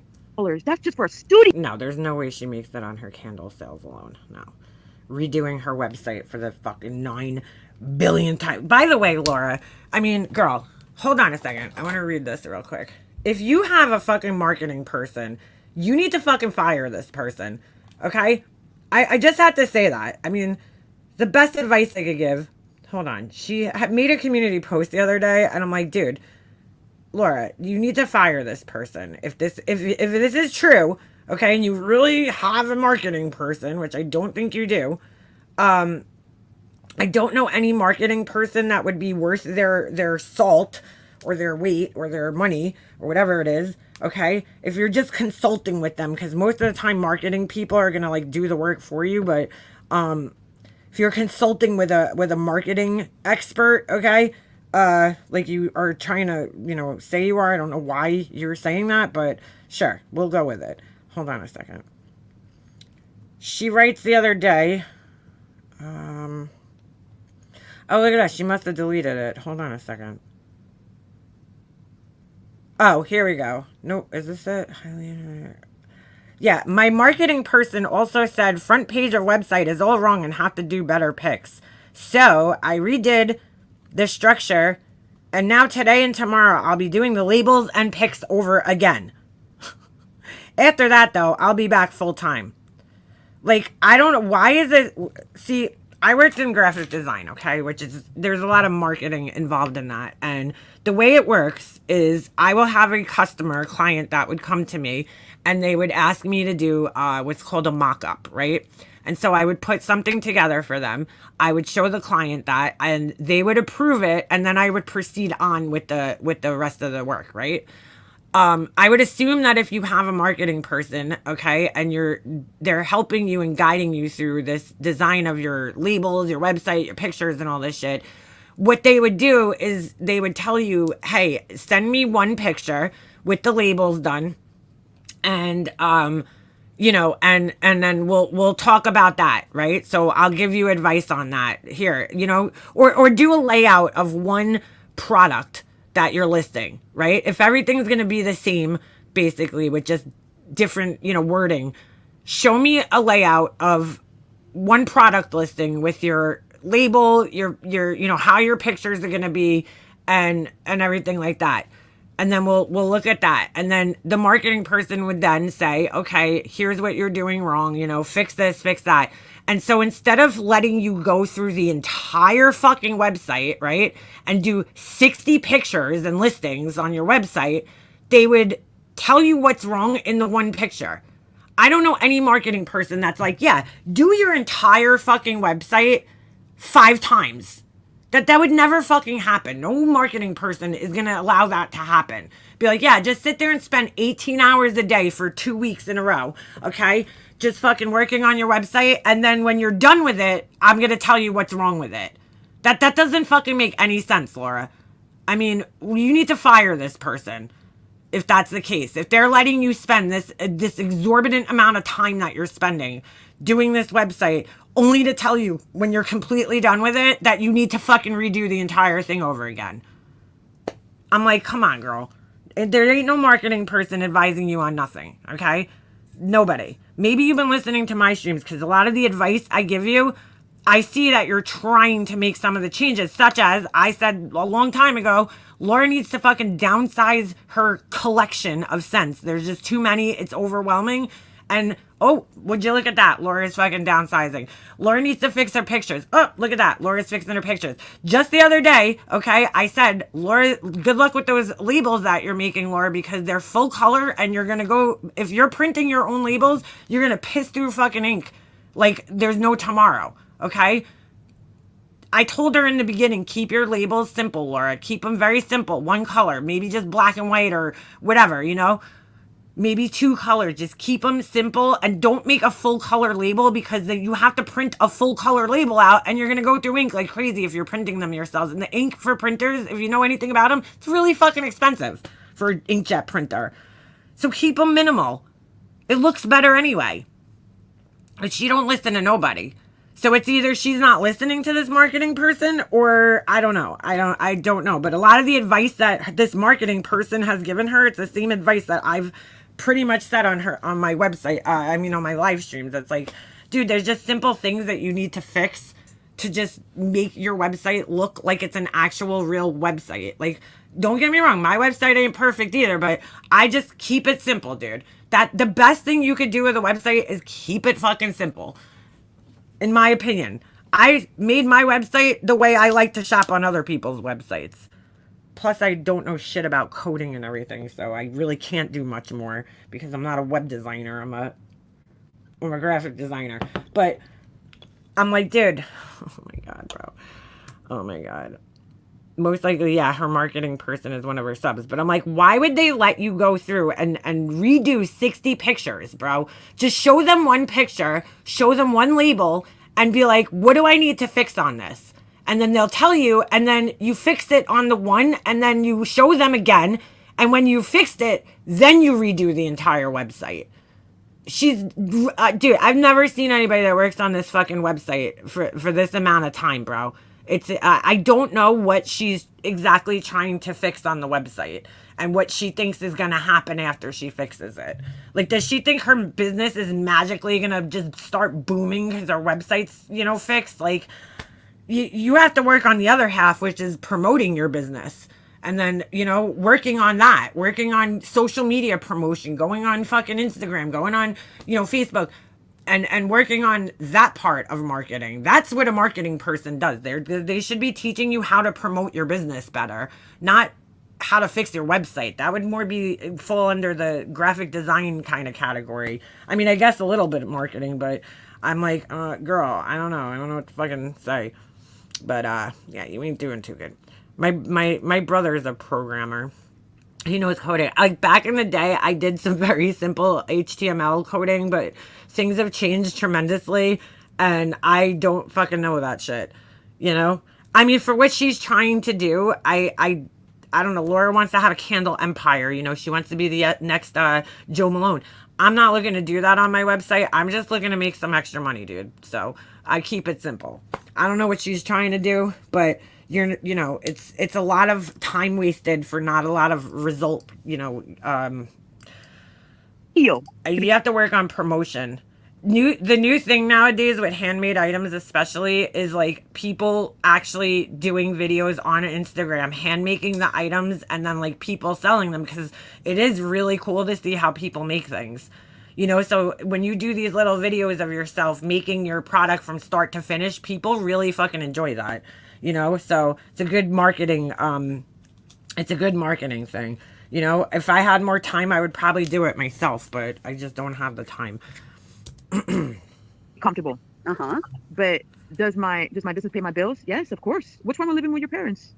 I help my family. I didn't say that there was anything wrong with living with your parents. I never said that there was. What business exactly does Rep Ash have? Because I've looked at her page and she makes like little bracelets that are basically just like strung together beads, which is fine. I'm just saying. Hold on a second. I think she showed it on her thing. But I mean, is that a sustainable business that's like really paying you tons of money? I don't know. People use the word business for just about everything these days. So hold on. Republican. What's her name? Rep Ash now? All right, I'll play this in the meantime. Whoop, sorry. And I did have life skills. I've been to college. I had 2 jobs in my life. And I never said that you don't get a job. I never said. I said you shouldn't work from. Hold on, let me finish. Yeah, please go ahead. She had 2 jobs in her life. Is that what she just said? I said don't work 9 to 5 because you should have your own business. You should be your own boss. And I'm talking in general. You should enjoy your life and of course be productive. Of course, I agree with you. You'll have a balance. Hold on. Okay, Ash. Not everybody could do that because most people, most grown adults that are your age and above, have responsibilities, have children, have households, have mortgages, car payments, and, you know, all those types of things. So, you know, it's like if everybody could just sit home and not go to college and just, you know, fucking live with their parents and, you know, make beaded bracelets, they probably would. But a lot of people have to work because they have to take care of their families. Like, oh my God. And I agree, college isn't for everybody, but like if you're not going to go to college, my next suggestion would not be open a business, okay? Because it's not really smart to do that when you don't have the, you know, knowledge of opening a business, and it's very hard to get a business started and off the ground, you know, and to a point where it's a largely profitable business where you could actually survive off of it without having some type of knowledge of business. You know, I wish I took business classes in school, but I didn't, you know. But, you know, if you're not going to go to college, it's the best next step is to learn a trade, you know. Go be a hairdresser, go learn HVAC, go be a mechanic, a chef. You know, you have to learn some type of trade and have something. I mean, if you want to survive, you know, and live comfortably, it's smart to do that. All right. Anyway, let me press play on this. Okay. And you know, and I want people to have their own business and enjoy their lives. Okay, but Ash, you have to understand something. Owning your own business is a lot of work. I work 18, 19 hours a day, and I still don't get everything done. I am for. Laura works 18, 19 hours a day. Really, Laura? 18, 19 hours a day? What the fuck are you doing? In 18 or 19 hours. I mean, when my dad owned his own business, he worked 7 days a week, dude. 8 hours plus a day. But he had a real business. He had a store. He had multiple employees, you know. I don't know. I just said, what are you doing for 18 hours a day, Laura? Fixing your website? That's your choice. You're choosing to spend time on things that aren't even going to help build your business. I mean, yeah, I guess a website, if you're mostly online, sure, your website's definitely gonna help, but the changes that you're making, I don't think are going to make all that much of a difference, you know, that you think it's gonna make. It's not gonna catapult you into fucking success, you know, just because you're changing a bunch of fucking labels 100 fucking times, dude. I've never seen somebody change their fucking labels that much. I don't think that first step. I mean, we learn all this shit. And I was watching Burnt Toast last night, and I was like, dude, I don't know if you guys watched Burnt Toast. I got to go back and finish her stream up, but she was showing that Bullhorn Betty's fucking mod, that girl Sonia, that, you know, claims to be some type of designer who has the fucking worst designs on the planet, bro. This is what pisses me off. I mean, you guys got to understand. I went to school for graphic design, for art and graphic design. So when I see somebody like that trying to call themselves a fucking designer, I can tell they have no fucking knowledge of it. Because they're using like the worst fonts, their composition layout is awful, it's terrible. It's like, dude, you got a Cricut, you're not a fucking graphic designer, okay? You're using Cricut fonts, like your designs that are, you know, pretty much set up for you already on the Cricut. And they're fucking bad, dude. They're really fucking bad.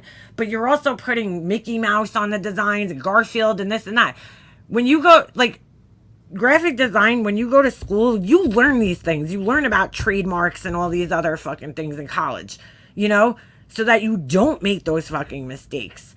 Nike, businesses like Nike and them, their logos, when you get a Nike logo, there's like a fucking 100-page book that comes along with it that shows you every instance of how the Nike logo could be used.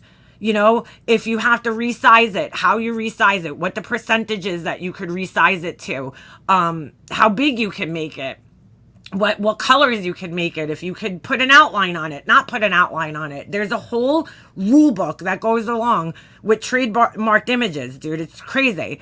And these are the things that you learn as a designer in school, right? And, you know, you could potentially use a Mickey Mouse image, but you have to buy the license for it. Like, if I wanted to make hockey, let's just say shirts, and I wanted to, you know, sell the Islanders, I would have to buy the license for the images that I would be using. You know, people like that, they don't understand that. They think they could just take anything and just use it. Oh, my God, it's so bad. But I'm like, it's just frustrating to say the least, dude. Her designs are fucking eyesores. Just fucking eyesores. You know? And look, there's designers out there that are fucking 9 million times better than myself. But I know what good design is and what bad design is. I'm gonna at least know because I was educated in that department. Oh my God, look at this, bro. So this is I guess what Ash is doing. This is her business. Now I'd like to know what her, you know, like, what do you, this is it. This is your business. I mean, you survive off of this? All right. Sure. Bible bracelets. Cool. Or anklet. That looks like an anklet. It looks kind of big. Or maybe it's a necklace. I made a necklace. It could also be a bracelet. Oh, I guess you could wrap it around a few times. That looks small for a necklace. Look. Do what you gotta do. What's this? Oh, she's just showing off her new skirt. Okay. Alright, so that's her business, is making little bracelets. Sure. I don't know how sustainable that is, but, you know, good for her. She made all these. You, like, made these or just put them on a chain? Jesus loves you. Jesus, you. Huh? Oh, Jesus loves you. Okay, gotcha. Sure. You know. Alright. I don't know where she's selling these, but that's cool. Oh, did I show you guys? Yeah. Alright. Good for her, you know? Cool. Alright. Ever working. It would, my life. You can't even take an image off Google and use it. Yeah, you're not supposed to, but, you know, we gotta do that, you know. You know how it's graphic designers. I used to do it all the time at work. My boss would be like, cool, if you can find an image on Google, use it, but, you know, you really shouldn't. But you have to manipulate the image. You can't fucking, you know, use an exact copy, but we used to do it at work. I used to do it all the time. Just look for the large images. You know, but then there was other times where I had to pay for stock photography because, you know, I'm not going to fucking find what I need on Google. It would be so much easier if I went to a 9-to-5. So much easier. I would be less stressed. I would know that I was getting a paycheck every single week. Yeah, you'd be a big girl. To say, yeah, everyone should own their own business, but to own your own business correctly, it's a lot of work. A lot. And people need to you can't just throw it out there like, oh, you should just run a business. It's not that simple at all. At all. Look, anybody could run a business, okay? Anybody could do it. It's not really that hard. Laura's trying to make it like that's hard. It's that hard. It's hard as you grow because you got more responsibilities and everything. But, you know, when you're just running like a little business, I don't really get stressed out by my business because I enjoy it. I'm doing something that I enjoy, you know, it's small, but I'm sure once you have a business where you have employees and you have all that other shit, yeah, it's definitely stressful. But I mean, anybody could run a small business out of their fucking home and sell things. I mean, come on, dude. I don't know life rewind. You know, and that's what it is. So I don't see nothing wrong with it. you just said, okay, let's have a conversation about it. Okay, there's no reason we can't have an adult to adult conversation. I don't about mind talking with you. it. Then let's do it. Now you Okay, said go you yourself have 2 businesses that you're doing. Okay. No, I have one. See, I love Wendy, but like, this is where you're going wrong, Wendy. You're expecting to have an adult conversation with somebody that is an adult, technically, but mentally, I feel like is not fully matured yet. You know what I'm saying? Just saying. I thought you told me earlier. I thought you said earlier you had 2. Forgive me. Yeah, I just- I was using. No, are you talking? I mean, what do you mean 2 businesses? I don't understand. I only have one. Okay, you have 1 business then. Yes. You yourself I said I said. had 2 jobs in my lives. Okay, earlier in the chat, did she not just say I have 2 businesses? Yes. Am I reading Jobs. I that said wrong? jobs. Well, you may have missed out, but you said businesses, but it's okay. It don't matter. Oh, okay. I I must don't have have the right information. Just wanted because I was doing voice chat. Okay. You know how the iPhones you can do that? Yes, but job Yeah, and the iPhone mistook jobs and businesses. Okay. doesn't sound like business, so I mean that doesn't make sense. But That's cuter than the crap Laura sells. okay, it doesn't matter. It doesn't matter. I just want to have the right. I just don't want to misquote you. That's all. Just trying to. No, say I said I know what you're talking about now. I had 2 jobs in my life. Okay, you said you said I had 2 jobs on my own. I have my own business and I do drive my parents' cars. You Yes. my Why would I have? business. Why should I buy a car and waste my money when I can borrow theirs? Boy. You get what I'm saying? Wow. Hey, like I'm talking in general. I get what you're Stop. saying, Ash, but do you understand? That's why I wouldn't even have this fucking argument with her, dude. You know what I'm saying? She's like, why? That's where her mentality is at. Why should I buy a car when I have my parents? I can borrow theirs. It's like, dude, don't you just want your own shit? You know what I'm saying? Like, that's why, I don't know. I would rather just have my own car. I never wanted to borrow my parents' car. If I had a choice to buy my own car or borrow my parents' car, I would be buy my own car all day. So I could do what I want to do. It's my car. It's my responsibility, you know, and I can drive it whenever the fuck I want, wherever the fuck I want. Okay, so that goes to show the level of her mentality, which to me, I wouldn't even bother having an argument with, because if that's where you're at mentally, I can't, you know, me and you are not on the same page. You know, she's very immature. Clearly. Understand that. But you said that I don't have no life. Only Laura can call her work in the home a business. I call mine a side hustle, dude, because that's basically what it is. It's just something I enjoy doing. I don't really look at it as a full-fledged business. It's really not. Skills. You don't know that. I did not say that you don't have life skills. You did. You said No, I didn't. No. I said that you never lived on your own. Mm-hmm. You've never worked had a career. There you go. That's Bingo. what I said. Now, Right, that's not true. Okay, but hang on. A career is different than a job. Like a career is like Yeah, my love of crafts, she doesn't stop to think that. She's so heavily reliant on her parents that, God forbid, you know, if something happened to them one day, she's going to go into complete shock, dude. I mean, you know, you got to grow up a little bit at some point in time. And I'm not saying, like, you know, that's fine. If she wants to live with her parents, it's fine. But I'm just saying, like, you know, you also got to prepare yourself that they're not going to be around one day. And from what I understand, she's also an only child, which makes it even like harder for her. So, you know, it would be wise to at some point kind of disconnect yourself from your parents and live independently of them, so that when, you know, God forbid that day comes, you got the skills to survive on your own. That's why I can't have a rational conversation with her, because it to me it feels like you're having an argument with an 18-year-old, you know, who's still in that mindset of not wanting to fully grow up yet. I feel like a career is different. And one is 100% right. There's a big difference between having a job and having a career. Big difference. So I get where she's going, but I don't understand why this even came up. Like, what was the point of talking about this to begin with?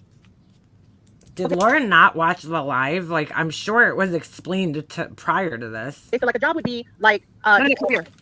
I was a teacher for 30 years. That's a career. Okay, and a business is not. A business could be, but you don't make enough money in your business to live independently, right? If I move out of the state, yeah, sure, I would. I can tell you, What was her answer to that? here's what you said. Mhm. You said that you make Jesus jewelry and stuff like that. Yeah, we're not allowed to sell Christian merch. Right? She doesn't sell that. Right. Okay. I was just So- using that as an example because someone asked me a question in my chat. Correct. Wait, what? Oh, so you make something other than Yeah. Christian? Yeah. Like I make yes, I make different kinds of jewelry where everybody tells me how they want me to make it. I do it for them. Correct. Custom. That's called custom. Yes. Correct. Gotcha. Yes. Okay. But that's not enough to live on your own. Correct. If I'm here and you mean we live in the same, you know which one I'm talking about. Yes. It's very expensive. If I move out and live in a different state, yes, I can afford it comfortably. Okay. Okay, so okay, hold on. I can. She's making enough jewelry to live comfortably out of state? Girl, come on. Look, I do jewelry too, and I could tell that the product that you're using is not the quality of product that you could sell for a lot of money, and unless you're selling a great deal of them. I don't know. Have you checked though? Have you checked? Oh, all right. Hold on. You know why? I think because I have it sped up, but Laura also has it sped up, so I'll slow it down back to normal. Price checked other places? Not really, Morgs. I had to address certain things that are about to be said. There's no way she's making enough money off of what she's if this is what she's selling. I could tell you right now. Yeah, there's no way that she's making enough money with plastic beads, and clay. Hold on a second.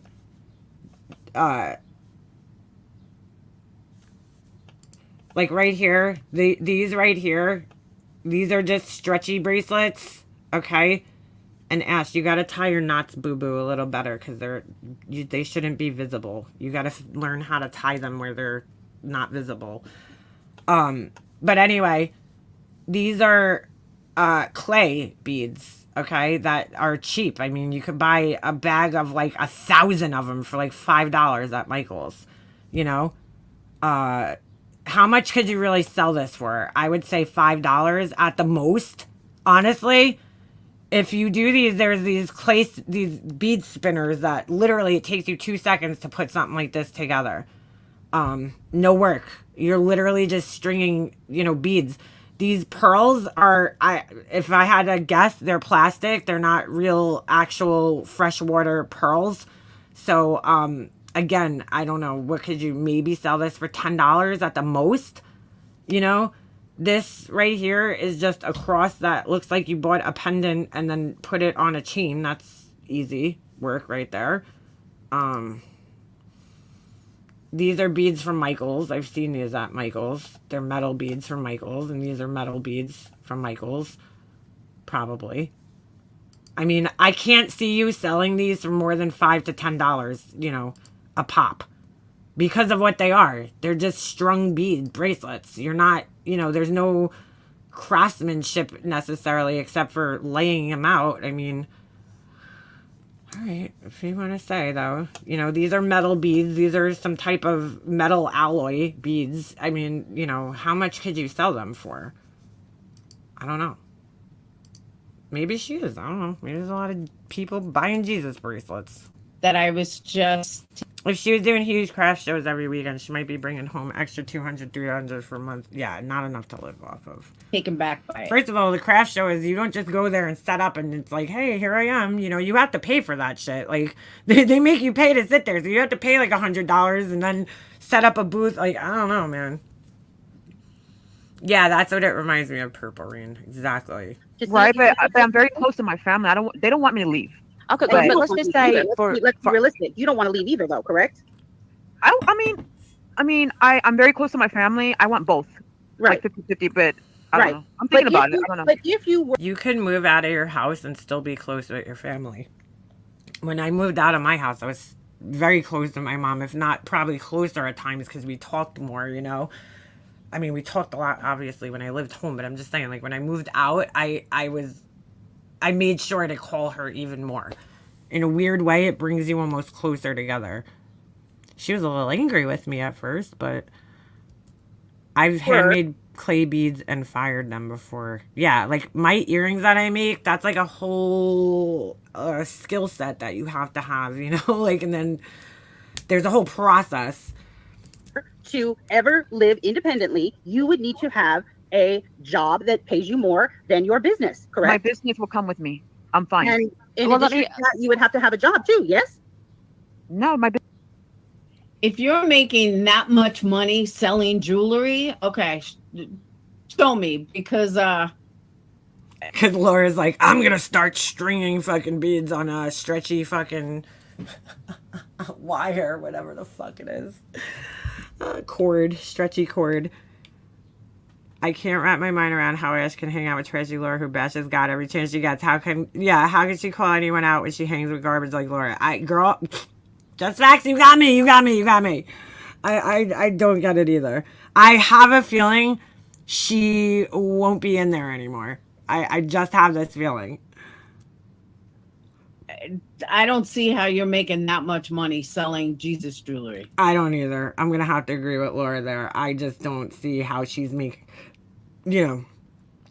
fucking...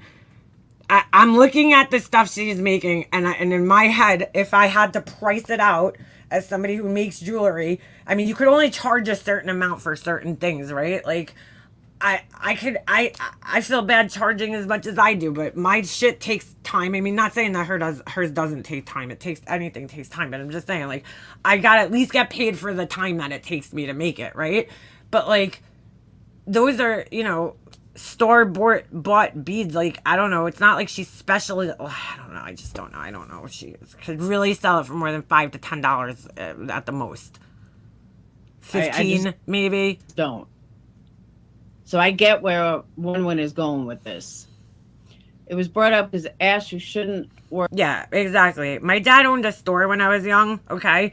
And he worked 7 days a week. Like, these people have no fucking idea what a business is, My dad ran an entire fucking store by himself, like he had 2 silent partners, but they didn't do anything, really. My dad did everything from putting the ads together every week that had to go out, in the newspaper, to inventory. I mean, the whole thing, okay?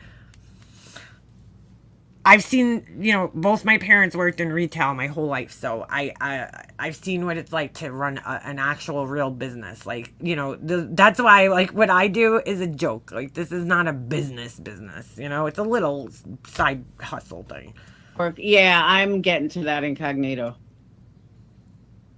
Business isn't enough. Okay, so all right, hold on. It's not for our city, if you know what I'm talking about. Yeah, she does. For argument's sake, so you make enough, say, because the cost of living where I live and the cost of living in y'all How much state is studio where you live? If you don't mind me much asking. difference. I'd say that probably close to $2,000 a month. Okay, wow, that's cheap. That's where you live. Okay. Well, I mean, it's spicy everywhere right now. Well, it used to be cheap in the South. That's what you heard. But anyway, it is cheaper to live in the South than It it is used where to you be live. cheap. But say, okay, how much do you think rent would be? Would you rent or buy? Let's just say rent for the sake of. I don't mind living in a studio. Yeah, a little 1-bedroom apartment or a studio or something. That's totally fine. Oh, okay. You mean you're talking about a studio apartment? Yeah, a minimum. Yeah, what is the studio? I thought she meant a studio. I don't understand. Why is Ash saying I don't sell Christian merch? What does that mean? Studio to make her art. That's what I thought she meant. No. The studio apartment where I live right now would be probably about it's about $900 to $1,000. I sell customized jewelry. $1,000 a month. And rent is that's just the rent. You still have to get food, electricity. I'm assuming you're going to want internet, probably a phone, and then if you want an automobile, gas. Like, I can't even believe they're having this conversation with a grown ass woman. She's a grown adult. She's young, but she's a grown adult. You know what I'm saying? Like, has nobody ever had these conversations with her before? Insurance. Can you repeat that? How much is the studio at your place? I'm sorry, I didn't hear you. $900 to $1,000. Oh wow, here's about 1,800. That's cheap. To me, that's cheap. Yes. Yeah, but okay, so you're talking about you're making your jewelry and selling it, and that's enough to keep you up, say, in a different state. And what I'm saying to you is, okay, if you have $1,000 in rent, plus what all you got to pay, then you have electricity, you have water, you have a water bill, you have an internet bill, you have a car payment, you have car insurance, you have renter's insurance. I will not own a car. I do not want to. They're a hassle. Wow. That's what I'm saying, Tess. Like, I wouldn't even get into this conversation or argument with her because, like, where she's at mentally in her life as a grown adult is just not on the same, wavelength as I am on. And it's like, I mean, if nobody has taught her these things yet, I'm certainly not going to. She's a grown woman. She's not a child. Okay, the point is though, if you lived in another Right, Ems, and you have a career, you have 2 children that are in college, right? Well, one, right? And then, for now, and then, a house, a husband, cars, yeah, I don't have the patience for her either. So she tried coming up here a couple of times, took the link out of my chat, and I'm like, girl, no. Because, like, I'm not arguing with that. It's not fair. It's just not right. state not having your parents' car, then yes, you would have to buy a car. Or take public transportation. You just would. We're gonna get to that more because it gets pretty intense. Huh? And then, And okay, well, all right. gas. Gas is about $5 to $7 now. Yeah, it's crazy. It's very expensive. Yes. Yeah, so look at the groceries for a bag of chips, family size, almost $7. Yes, So, I mean, and I that know. is something else that you would have to buy yourself is your groceries. Yeah, Right. exactly. So I know these things, Ash, because Ash, I get it, but you're really not independent because you live at home, you don't own anything, you drive your parents' cars. That's not really independent. I'm independent. That's arguable. Wendy's independent.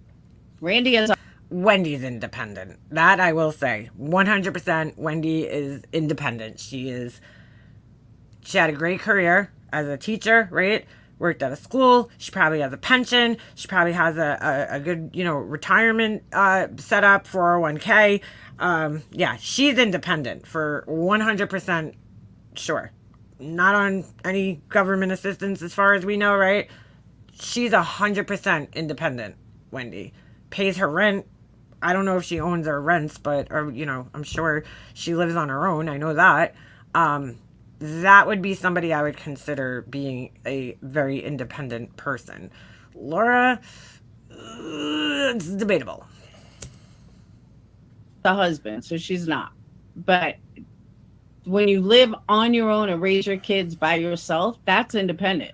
When you Somewhat. pay rent and mortgage and a car and insurance and everything Randy just rattled off, that's independent. I've been living on my own for 40 years or however long I've been doing it since I was 19. Yeah. Wow. I mean, Yes. it's crazy. I mean, why? I mean, My first apartment back when I was 19, my first apartment was $325 a month. Oh my God. Could you imagine? Fuck. And when I say it was humble, Yeah, Laura's fully dependent on her subs. Like, Wendy has her own career. Laura has other people paying her bills. Came furnished, and it wasn't pretty, but I was. and it is very expensive. You're right.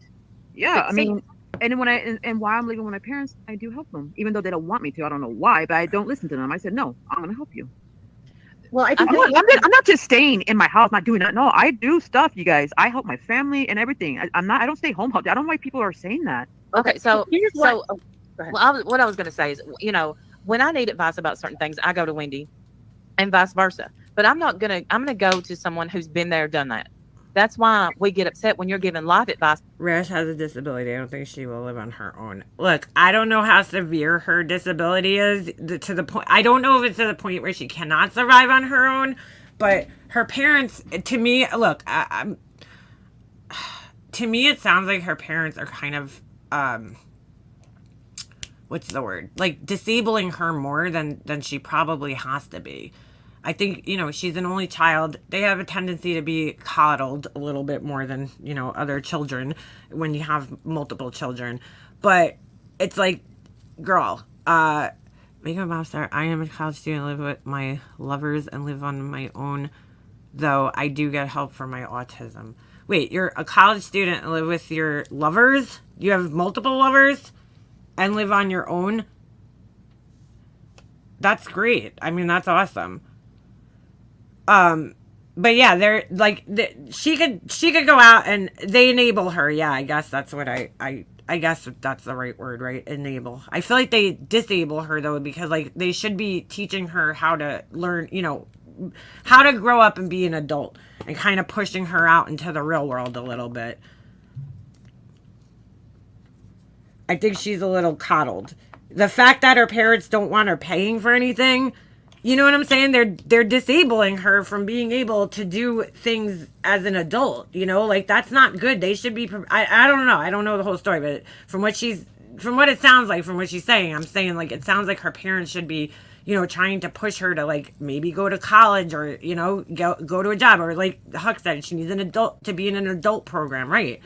She's in her 30s now, you know. If she was 18, 19 saying this, I would be like fine, but you know, she's in her 30s now. It's time to you know, it's time to be on. Like, there's plenty of people that have autism and live on their own.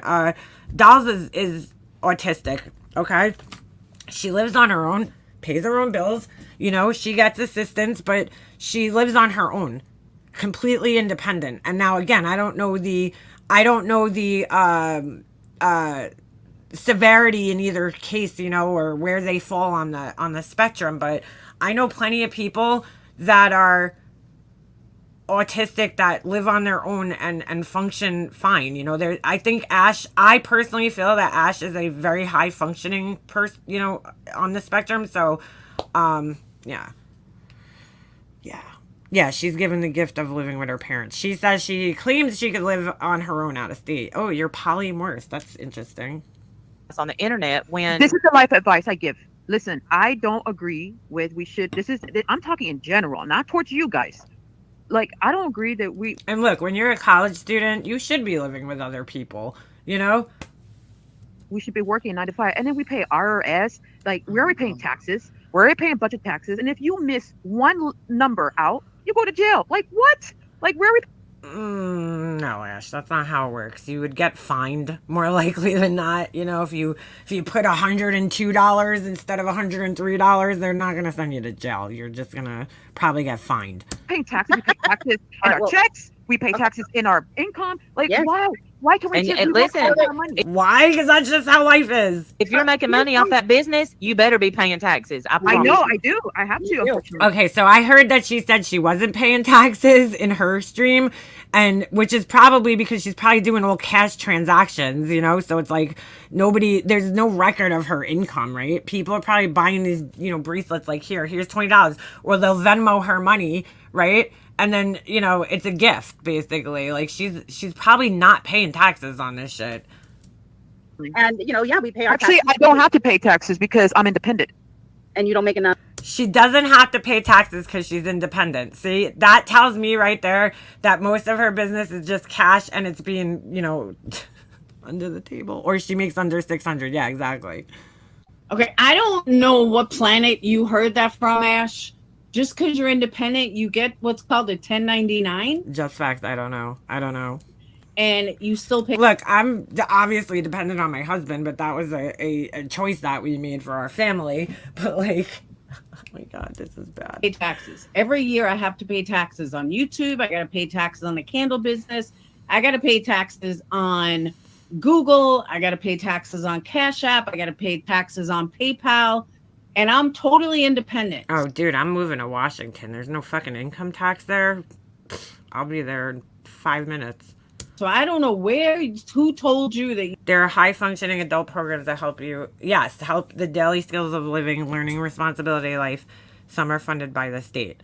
Exactly. Maybe that's what she should. You don't need to pay taxes because you're independent. That was like the weirdest thing I ever heard. A year, probably. You have to make a certain amount a year before you. How have much to is pay. enough a year? If you make over I think it's like- $600 in 1 year, you have to file taxes. Ash got a tax advice from Trump. Really? I thought it was like What? $3,000. No, I'm crazy. No, Wrong? it's $600. I promise. All right. Well, the reason that we pay taxes. And just to put it in perspective, you have a kid, a 16-year-old who goes to work somewhere. They have to pay, they get taxes taken out. They absolutely get hit the most, the absolute most, What? when you claim zero because you have no dependents. So where this whole tax thing came in, Wait, what is Laura trying to say right now? She can't claim her children because they're on her. They're getting their own income taxes. Is that what she's saying? They get the most. Who gets the most? Who is she talking about? The kids? I'm confused. I don't get it. You're saying that you don't pay, but you have to pay. like you just do. And it'll catch up to Actually, you could collect a ton of money without claiming if they audit you. Yeah, you will be fine, but that is why they hired 10,000 IRS employees. Yeah, dude. But if you're doing like a cash only business, there's no like okay, she's not really doing a business. She's just selling bracelets, dude. But if she's doing cash only, that's like a kid having a fucking lemonade stand on the side of the road. You know what I'm saying? Like they're not gonna fucking pay taxes on that shit. Oh my god. you. So we can have things, like police and fire department and, the services that we get. She probably claims a young one so he can't claim himself, and it gets taken out and gets a lot taken out. Oh, all right. I'm like, what is she trying to say here? Country runs. It's not awesome. I'm sure there are many things that people could argue about the flaws, but it is the system that we live in. And if you tell people that not everybody is able to just come up with a business that will make them have enough money so that they could function and live independently in this area or probably any area. Yeah, right. They have to have a job. And it's frustrating when you say things like, You only pay taxes if you have a job. No. You only pay taxes if you have a job? No, girl. You pay taxes if you have a house. You pay taxes if you have a career. A job. If you have a business. You pay taxes no matter what, dude. You pay taxes when you go to the fucking store and buy food. What is she talking about? Honestly, that's scary that she just said that. And this is why I would never get involved in a conversation with her, because it's, she's... If you have your own business independently, you don't have... That is completely not true. Yeah, what is she talking about? Completely not true. And whoever gave you that information, fire them. Because that's completely Well, you should fire your marketing person, Laura. false. Her Happy Meals have a tax. Have to pay no, taxes. ma'am, that is not true. Ash, I don't know who told you. No reason why Ash don't have a real job. There's a restaurant here fully ran by adults with Down syndrome, from chef to waitresses, and they adore working, and it's such a special place. Like, where is that? I want to go there. To that. Ash, That look it sounds up. awesome. If you make any income at all, it is taxable. Absolutely. We have owned 2 businesses that, thank God, they've been decent businesses. Do you think we could have said no? Yeah, a heart-shaped box, I'm with you. It's silly to argue with her. She's, clearly...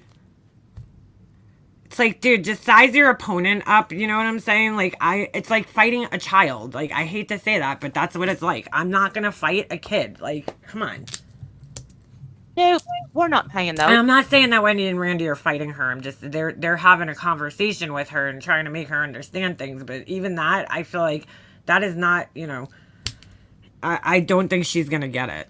We're not paying payroll taxes. We're not paying income tax. Happy, don't jump ahead. We're getting to that. We're not paying any of that. We would be in prison. You have to pay. If you have your But own you business. don't know what I'm doing. You guys are if assuming you- that you're... Ash, if you have your own business, then you have a 1099. If you're filling out a 1099, Yes. then if you make over $600, You're an independent contractor. you have to file taxes. It's not even an argument. It's That's what I have to do. YouTube 1099, Shopify 1099.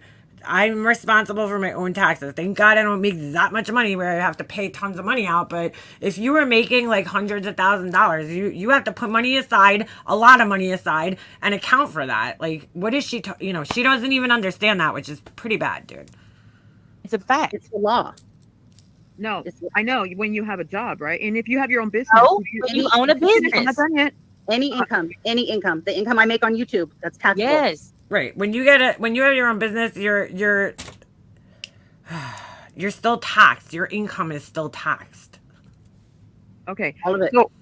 So what if you? So when you had your own business, did you have to rent the building? No.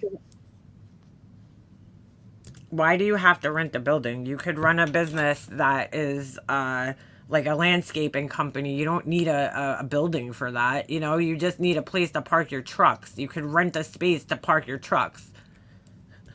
What kind of? We're talking. Look, the business. If you're a photographer, right, and you run a photography business, you don't need to have a shop. Your business is out in the field when you're working. and at your house.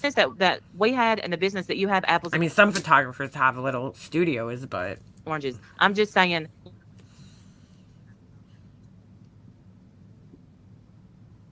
You do. It's she's like shitting her pants right now, Rebecca. She's like, oh my God, I didn't pay taxes. But it's like, girl, what you're doing, don't worry about it. You know, if you're making $5, $10 fucking bracelet, you're good. the law. It's not if you work for someone. It's not if you Look it up. You want me to look it up? Sure. Oh, let me Google it right now. No, I'm talking about, can you pin that comment? Which comment? No, I'm talking about, can you pin that? Paying it. Mhm.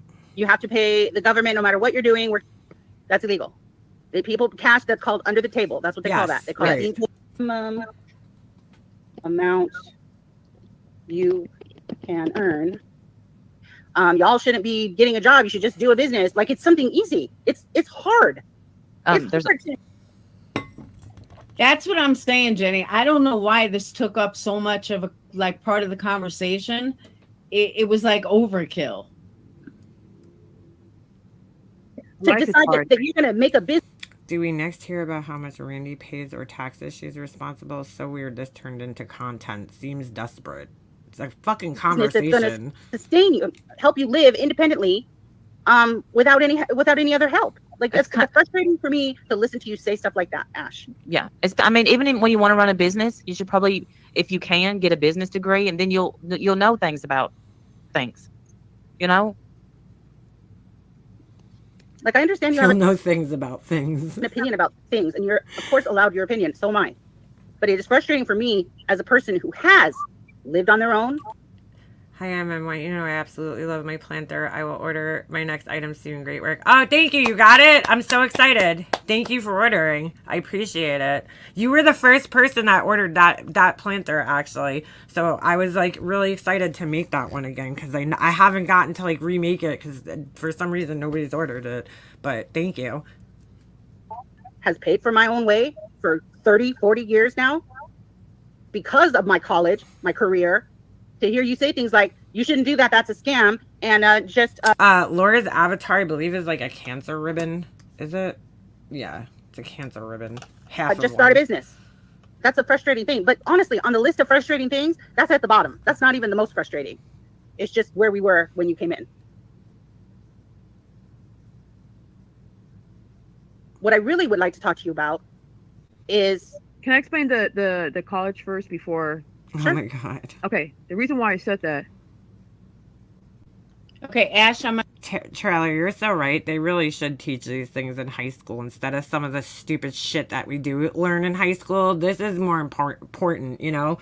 Basic life survival skills. Like, there should be an entire fucking class on credit and how you need credit to survive in this world, because that was one of the things I wasn't fucking taught when I was younger. You know, like, you need to build credit, maintain good credit, and have credit if you want to buy a car, have a house, you know, like all those things when you get older, when you grow up, you know, like a lot of people don't even understand that. I remember my ex-boyfriend's uncle explaining that to us, and I was like, what? Like, I had, you know, I'm talking back when I was like 18, I was like, wait, what? Like, I had no idea about any of that shit. Nobody ever explained it to me. And those are the type of skills that they should be teaching and your parents should be teaching you, which I was talking about this with my friend the other day. I'm like, as soon as my son turns 18, he's getting a credit card and he's going to start building credit. I'll build credit for him because I want him to have a good credit score, you know, so when he gets older, he could buy a house and do all those things, you know?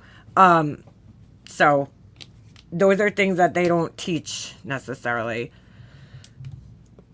My economics class taught us how to write checks, balance a checkbook, and all about how taxes work. Right, but not everybody takes that. Like, I avoided anything fucking like that in high school, so I missed all those fucking classes. I'm going to put this as ignorant But it should be mandatory for you to take an economics class, honestly. comment number 1. The thing is that, yeah, you should go to college. You don't need a business degree to run a small business, but you can't focus on the drama community for 8 years. Yeah. To know things. For doctors, lawyers, and all those stuff. Yes, I agree with you. And the thing is that I don't think you don't need to go to college for business. Life skills is a great class. They should have that in every school. That's what I was trying to say. Ash, you know I love you, but that is one of the most ignorant things I've ever heard, ever. They have so many aspects of business degrees. I wish I would have gone for business, and I have a degree, but I don't have a degree in business. And if I did, I'd Laura, you need more than a degree in business. You need, I don't know what the fuck you need. probably get stuff done a hell of a lot faster. I turn to my friends and family who do have degrees in business and ask them for help. You can't run a as you guys can all tell by the great business that she's running, fledged business without knowing business. Look, if Laura's business was that successful, like she tries to, convince us all that it is, she wouldn't be making these fucking daily changes to her fucking website or labels and all this other shit. A successful business is one that basically runs on it, runs itself, like a well-known brand that's well established. You know what I'm saying? That's success right there. When everybody knows your fucking name. I mean, and you're making tons of money. You wouldn't be changing your fucking labels every 2 weeks. Example I can give you is when I was in the music business. A lot of musicians don't look at the music business as a business. Oh my God, here we go. They only look at it as, I just want to play. But the musicians that don't take it serious as a business don't make it. Most musicians, if their talent is that great, guess what? They hire a manager, and their manager takes care of the business portion of being a fucking band. Like, what are you talking about, Laura? You do not need business skills to be in a band, dude. Falter. They will be one-hit wonders. I mean, I guess in some sense, if you're not famous yet, yeah, somebody's got to be a little business minded and know how to promote things and, set up, shows at different venues and shit like that. But I mean, once you really start to make it in the music business, that shit's all taken care of for you, pretty much. You hire people to do that for you. What the fuck is she talking about? Yeah, Laura, record stop in Ronkonkoma doesn't count as you fucking working in the music business. Just saying.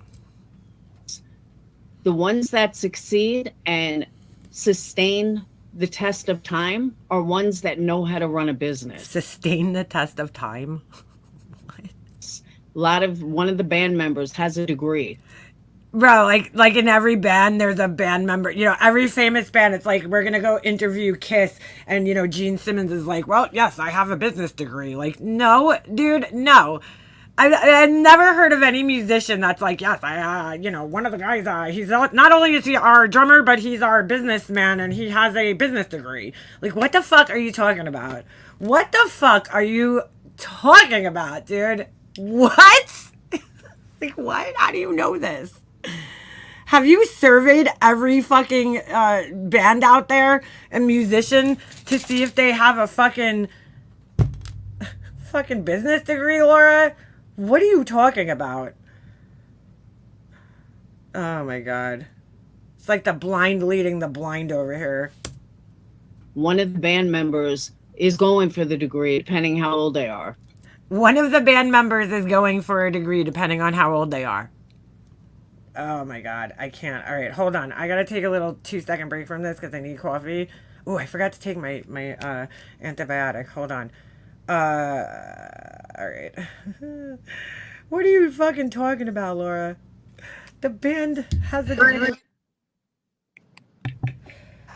It's probably like the one band. Laura probably had a friend that was in a band. Oh wait, hold on. I'm echoing. Probably. Let me just remove my other self. I didn't mute myself. Laura probably had a friend that was in a band in high school, because I think every fucking one of us has had a friend in a band at one point in time. And maybe that one friend was like, yeah, I'm also going to school to be a business person as I play in my band, because 90% of fucking bands don't make it anywhere, So Laura's like, every band has a businessman in there, fucking just hiding out back there with their little fucking attaché case and their fucking suit, just posing as an instrument player or singer or vocalist. Like, what the fuck are you talking about, dude? What?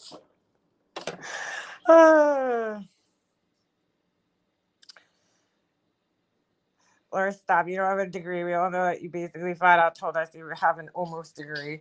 I don't know. Dude, she has a degree from the University of Phoenix, which is basically, like, useless. Honestly. I mean, oh my God. And honestly, it doesn't even matter if you have a fucking degree. It's how you apply. You know how many successful people are out there that never even fucking graduated college? Shit, P. Diddy, right? He fucking, I mean, he got pulled into the music business when he was like an intern, okay? I don't know how. Well, I know how. He's probably sucking a little D under the table. But he went from an intern to like fucking running the record label.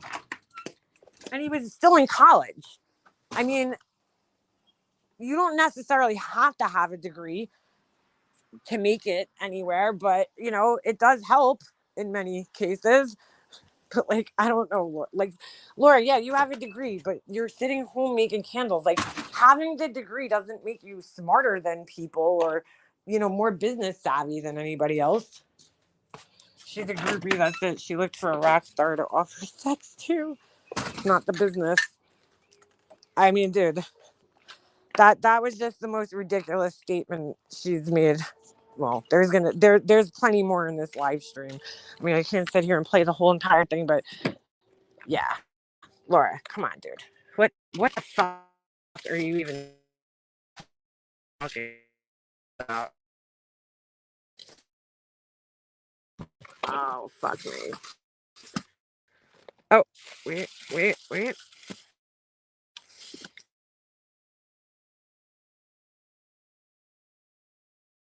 I found some. Nope. All right. Unpicture her candle with drop down menu.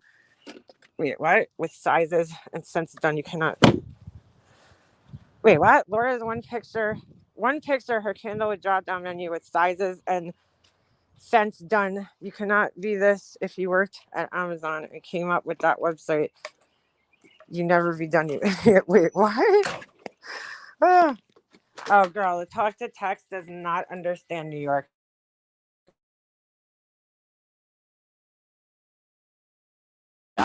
It has no fucking idea what I'm saying. Sense. Oh, thank you, soldier. Yeah, dude, some of these statements are just woo.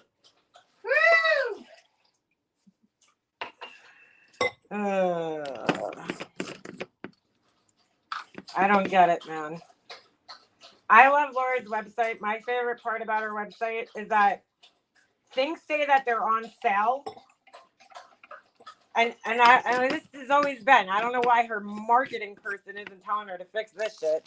Besides the fact that she has fake social reporting on her website. That's totally besides the fact. But there's parts of her website where it says that something's on sale. Like the other day, she told her subscribers she was going to do a 50% off sale. And then the next day, she's like, you know what? Even better. I'm going to do a buy one, get one 50% off. And I'm like, who's that better for, Laura? That's better for you. That's not better for your customers. She's like, even better. I'm like, that's better for you. You make more money that way. What do you mean better? You told everybody you were doing 50% off candles, and then the next day for returning subscribers, right? Or I guess customers. And then I don't know how the fuck you would even do that. But the next day you changed your fucking mind and said that, nope, you know what? I'm going to do even better. I'm going to do a buy one, get one 50% off sale. So now they have to spend more money to get a discount.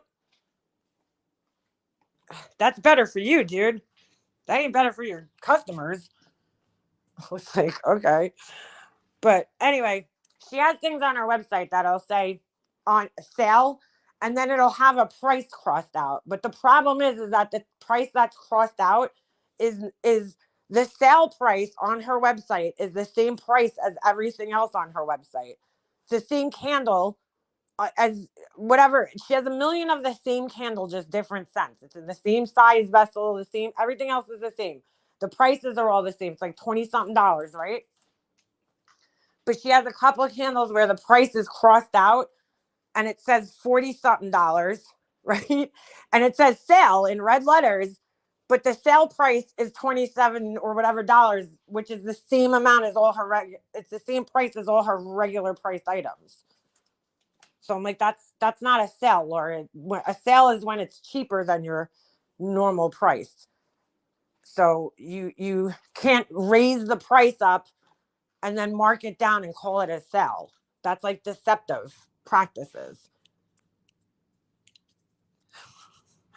So I don't know. You shouldn't really be giving business advice to anybody until you figure that shit out. Just saying. And until you also figure out that you have a fake social reporter that's saying that you're selling things that you're not selling. That's also against terms of service on Shopify. Your deceptive practices. You're misleading people. You're not supposed to do that. Like, I'm sorry. That's lying to people.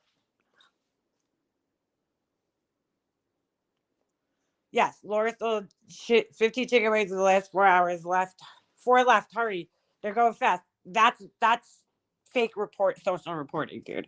You're grossly inflating your numbers to make it look like you're selling more, to create a sense of urgency for people to buy your products. That's not true. I don't even know how that shit works, but I know it's a fake code that you can put in to the Shopify thing. And I don't know. I wouldn't do that. I think that's a bad idea, especially knowing that you don't hold on to inventory. You've already told people that you hand make things. So how could it be reporting your inventory? Doesn't make sense. You make everything to order.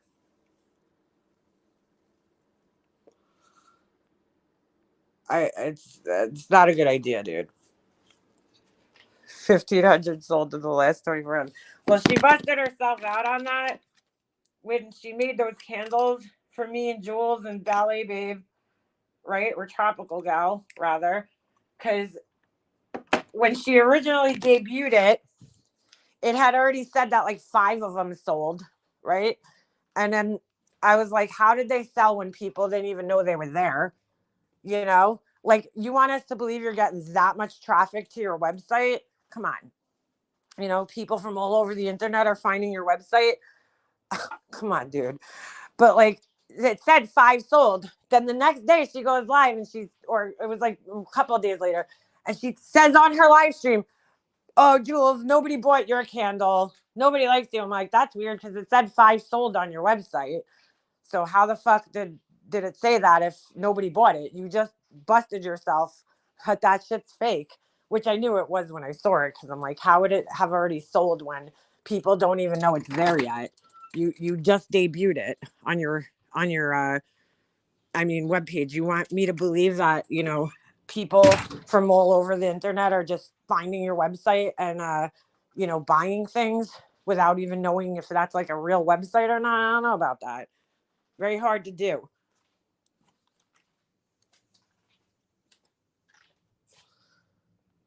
I have a $50 candle builder that includes solid 925 sterling silver pendant change. That's pretty cool.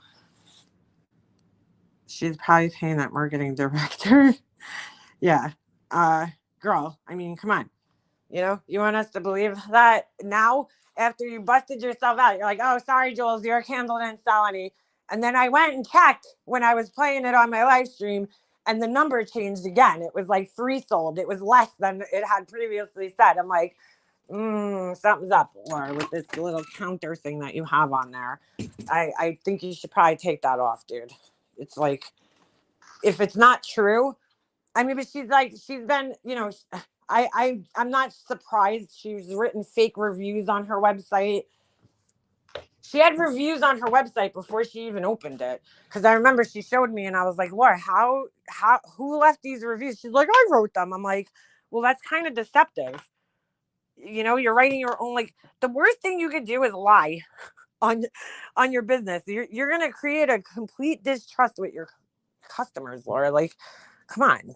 What are you doing? That's like the worst thing you could do, honestly. Anyway, her choice. All right. Let's get back. All right. Yeah, it's not a very wise decision to lie to your customers or potential customers. Yeah, she had reviews on her website before like people even bought anything. I'm like, that's fucking weird, but okay. I absolutely am a diehard believer in education. Diehard believer. There's so many things that you need a degree for. Well, my husband makes more money than most of my friends who went to college, and he never went to college, Laura, so he learned a trade. Especially in today's day and age, please don't run around telling people that they shouldn't get a degree for business, because I guarantee you there's so many. Yeah, she's a struggling single mom, but could afford a marketing manager and sells 1,000 candles per week. Laura, sit down. Aspects of business that you know nothing about that you would learn in college. So many different aspects. Vanilla, sandalwood, lavender chicken legs makes no sense. Yeah, no, it doesn't. If And you're gonna make the chicken wing thing, like make it like a what do they call that? Like kitschy, I don't know, novelty item that makes sense, like chicken and waffles or something, you know, that's something that they eat in the South. Like just chicken wing by itself that smells like something, I don't know. Her whole thing doesn't make sense because, you know, you're trying to be this metaphysical company, but nothing looks metaphysical. And then, you know, the scents don't make sense because, like, I don't know, let's just say popcorn scented candles, like, don't really go with the theme that you're trying to sell. Like, when I think metaphysical, I think very earthy aromas, you know. I don't think popcorn and chicken wings, but okay.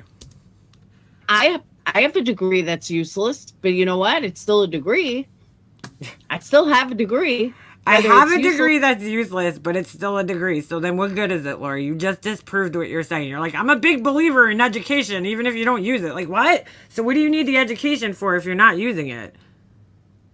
Or not, I still... What exactly is her degree? What exactly, like if I went and finished school, I would have a BFA, a Bachelor's of Fine Arts. I think they've changed it now, but back at the time when I would have gotten my degree, it would have been a Bachelor's of Fine Arts. So I could have worked anywhere in the, you know, basically in the art industry, but like, where the fuck, what's her degree? Like, you could get a Bachelor's of Science. What's her degree exactly? I don't even know what it is. Still earned it. And there are very good colleges that people don't get scammed from. People get scammed every day on the internet, but you don't see them shutting it down. You don't see them walking away from the internet. The meatloaf candle. But please don't go around telling people that. It sounds so ignorant. It is very dumb to say. Yeah, you do. You need a master's or higher at this point in time. Like, a bachelor's degree really ain't gonna get you too far. That's why I'm saying I don't want to see you go around saying this stuff, because she has a BS, a bullshit degree. It's wrong. It's really wrong. What about a business degree that can help you make good choices and understand your taxes, things like that? Don't you think that would be helpful? Like, you're talking in general? Or to you? Or in general? I mean, don't you think that would be helpful? You can find that out without college. How? We just had to... Yeah, you can find it out, but you're going to work 14 times as hard. If I had only 14 times a degree in business, I guarantee you I would not be working as hard as I am. I wouldn't have to work 18 hours a day. Laura, you are not working 18 hours a day, girl. Stop. Every single day. What the fuck is she doing for 18 hours? Like, I really want to know what she's doing for 18 hours a day. I mean, once you get your website done, what the fuck is taking you 18 hours a day, Laura? I'm sorry. I just don't believe it. If you're spending 18 hours a day on your website, you're spending way too much fucking time on that. I heard her say the other day, she's like, I finally figured out a way to get clear pictures. I'm like, dude, that's like, why did it take you this long to figure out how to get clear pictures? Why? I need to know why it took you 3 years to figure out how to take clear pictures. When you could have just went on fucking, I mean, You should have known that before you even started your business, okay? Because every camera has a fucking automatic focus button on it. Why did it take you 3 years to figure out how to take a clear picture, dude? I need to know this. Yeah, she only sleeps 6 hours a day. She's working an entire 18 fucking hours a day. Bullshit.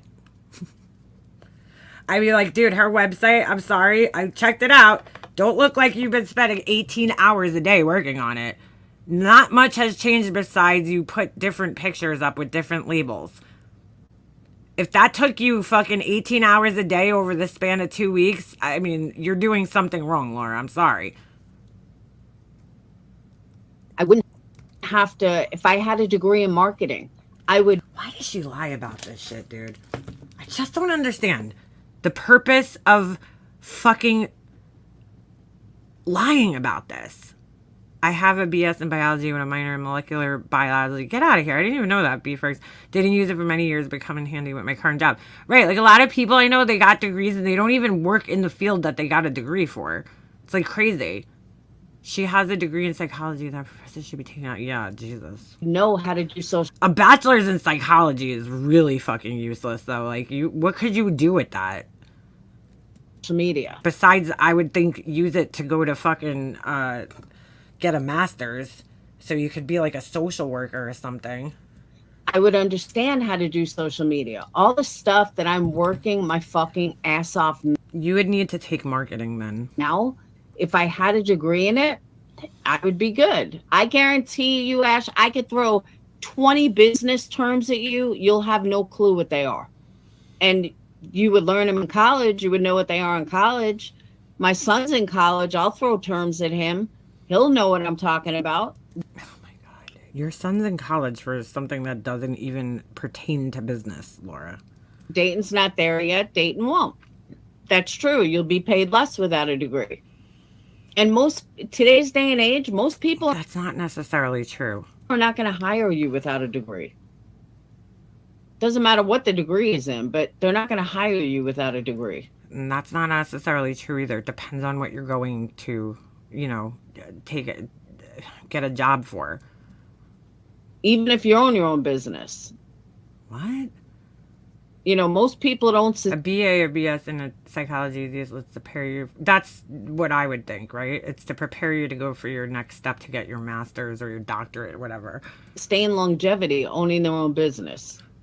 That's why you gotta up your game. You gotta, constantly. Game. That's why you gotta up your game. Evolve. You can't just stay in the same place. Laura, you're evolving too much.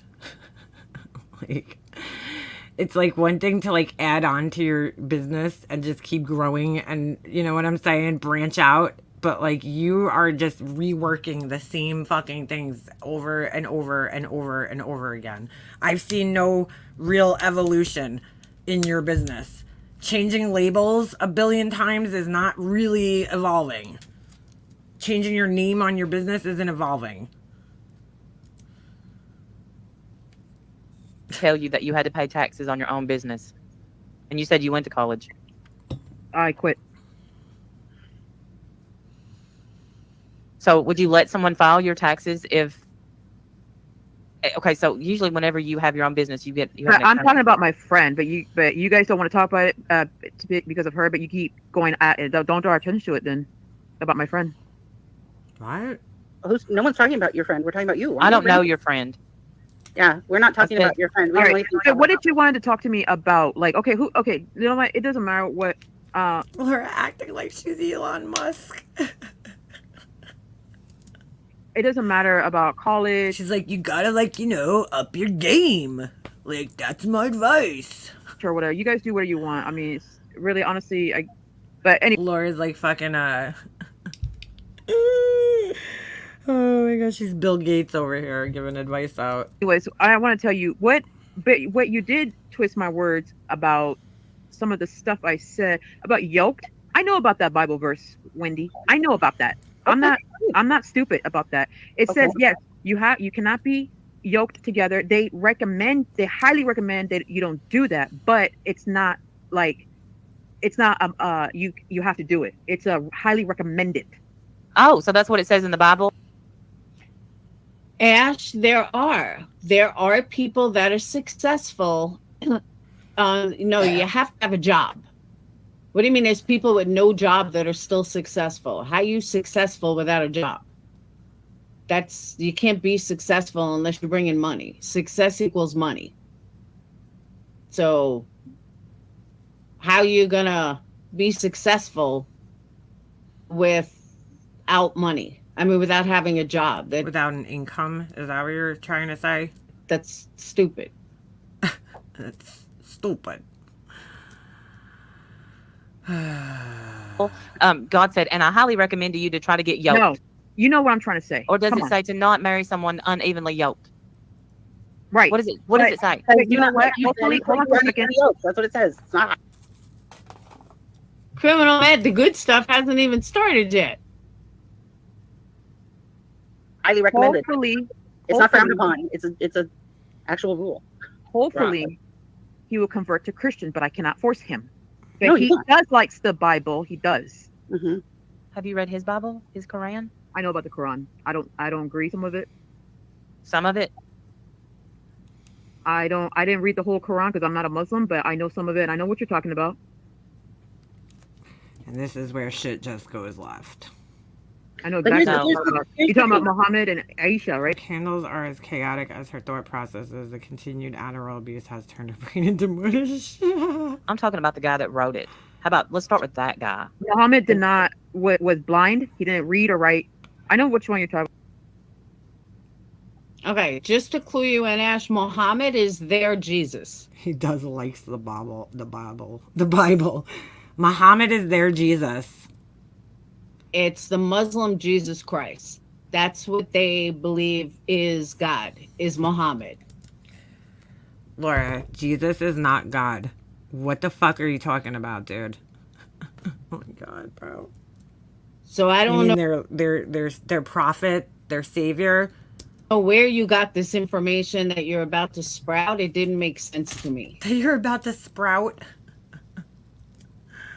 Because Muhammad is their Jesus. Well, I I'm know- ta- No, Which one you I don't talking think you do. I don't think that a man fell asleep, had a dream, and woke up and rewrote the Bible. Thank you. I believe they're speaking equally yoked in the religious sense. I don't know. I don't know if they're talking about, like, I'm not really sure about that. I wasn't talking about the Bible. I'm talking about the Quran. I'm talking about the Quran too. He thought he was rewriting it. No, That, that's I had a dream. God, this is what Allah wants. Yeah, Google it. Look it up. I know about. No, Yeah, I better know. yet, hey, you know what, Ash? Don't Google it or look it up. Ask your boyfriend. Wait, where are you? What are you? Okay, so what are you talking about? So what's your point here? I don't understand. Why? Are you? I'm sorry. Are you feeling judged? Oh, hang on. Listen. Judge? No, Listen. I just don't. I'm confused. What are you trying to ask me? I don't understand what you're trying to ask me about the Quran. You know what? It's not our business who you're in a relationship You're right. with. You're right. Allah is their God. But isn't that Muhammad? Oh my god. Or am I wrong? They pray to Allah. I thought Muhammad is Allah. Oh, yeah. Am I wrong? I could be wrong. But I know Muhammad plays a part somewhere. It's not. No. I want to know what were you trying to ask me about the Quran?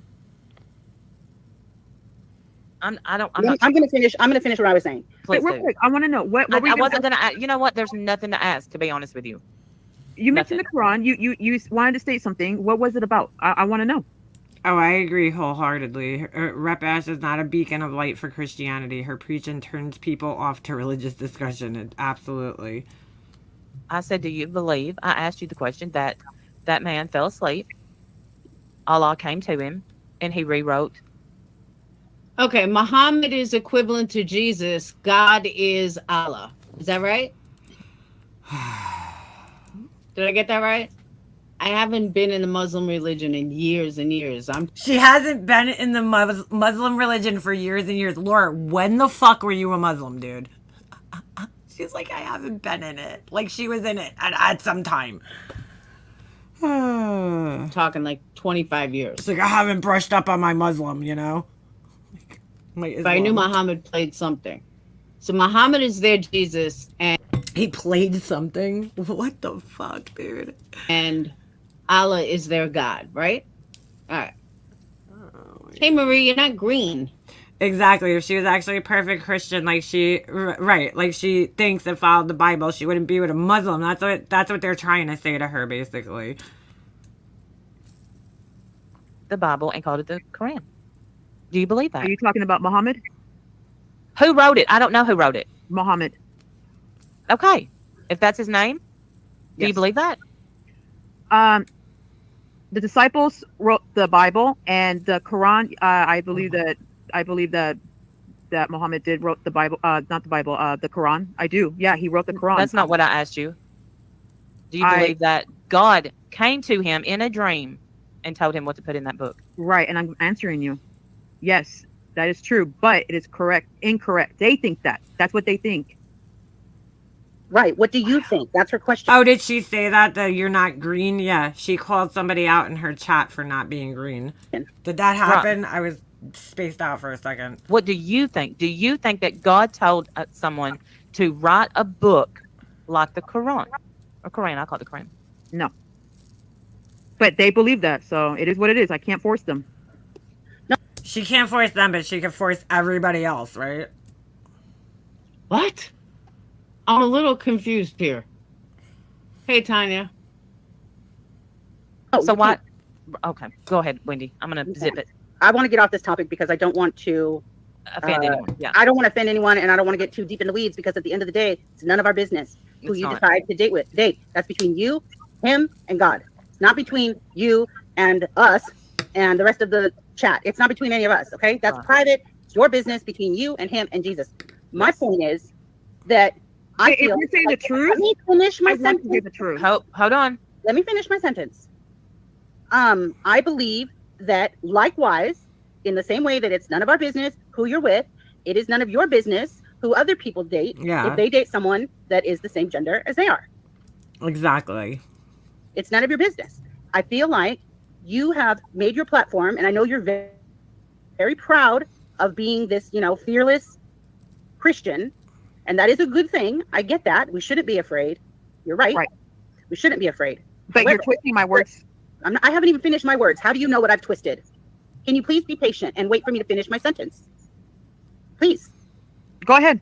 Thank you. I feel like you've made your platform now. The several times that you've been live, especially in the last few weeks, you're only talking about the list of things we're not allowed to do. You can't celebrate Christmas, Easter. Twisted. Don't have What? Santa. Don't have the Easter bunny. Now listen, Another twisted word. Another twisted. Well, No, let me you finish said it, and Santa then you was can, Satan, but okay, go ahead. No, I explained it why, I'm and I sorry. posted Hold video. on. What? Santa is Satan? Wendy wasn't done. Hold on. Let me finish, and then Yeah, we have wars over the religion. Yeah, exactly. It's ridiculous. It really is at this day and age. you can say what I have wrong. Okay, is that fair? Okay, fair enough. Because this is how I heard it. So if this isn't what you meant, then it's You good that you're clip here. a part of it. That's let's be fair. You clip part of it, not all of it. Right now, she's just speaking. Please let her. Right. I'm not playing a clip at all. I'm telling you what I heard. Okay. Because I feel like you've built your platform right now Lord, please put out an Islam candle. on basically telling other people how to live their life instead of sharing the good news of the gospel. Instead, you're telling them that they're doing all these wrong things. They're doing bad things because you One believe minute, that I'm talking in general, not towards you guys. it doesn't matter who you're aiming it at. You said that gay people are going to hell. It's true. It says in the That is not how God wants you to spread the word, though. She just does not. She just doesn't spread it in the right way. Bible. You can't know that. This right here is my biggest issue with this whole argument. And I have to. Life Reminded, not atheist, agnostic now. Hey, Debbie, I have to give my opinion on this because I get so mad at this ignorant and stupidity of people that say At this ignorant and stupidity of people. how you're going to hell if you're gay. Being gay is wrong. That's not ignorance, dude. That is somebody's beliefs, okay, due to their religions. It's not necessarily ignorance because that was a belief for a fucking thousands upon thousands of years, Laura. You know, and people who are deep into their beliefs and their religion and Christianity, that's not ignorance. It's their beliefs. I mean, that's like saying, oh, you know, people believe in Jesus, they're ignorant. It's like that comes along with their religion, and some people believe it and agree with it, and some people don't. You know, that's part of the reason why I don't agree with the Catholic Church, because they're very archaic in their beliefs, you know, like gay marriage and divorce, and you know, they're I feel like they have not evolved with the times. But that's why I just choose not to practice it. You know, I don't practice religion, but like, I can't tell Rep Ash that she's ignorant because she thinks that. It's her beliefs, because based on what she's learned in the church, that's her beliefs, and she's entitled to have them. I mean, I think it's crazy, but I don't have to agree with it. I don't agree with a lot of things, you know? There are so many things. And Ash, you can't use that argument that, oh, it's in the Bible. Because if I actually showed you all of the But that is an argument for a Christian who believes that. crazy things that are in the Bible, you would never use that again. And you would never quote that again. In the Bible. They're crazy to you, Laura, because you don't believe the Bible. Like, you don't believe in that. So, of course, it sounds crazy to you. But to her, she believes it. It says that 144,000 Jews will be going to heaven and everybody else is going to hell. That's in Revelation 7 and Revelation 14. Okay, why did she pick this to quote? I'm so Okay, confused. so that means everyone else is going to hell. In the Bible, also said that a possessed person speaks to Jewish. Did Laura just like, I don't know, did Laura just like randomly Google Bible quotes yesterday and pick out a couple that she like didn't agree with? I don't, like, what is this? Where'd she get these from? Exorcists before beating them up and leaving them naked and bleeding. That's in Acts 19, 13, 16. Oh, yes, it does say that. King James Bible sure does. I'm giving you exactly where it says it too. The Bible does say that it is an abomination for God, to God, for two men or two women laying together. It says that. In the Bible, Luke 24, 13, 35 says Jesus' disciples didn't recognize him after the resurrection. Did Jesus look like someone else? Did someone else claim to be risen Jesus?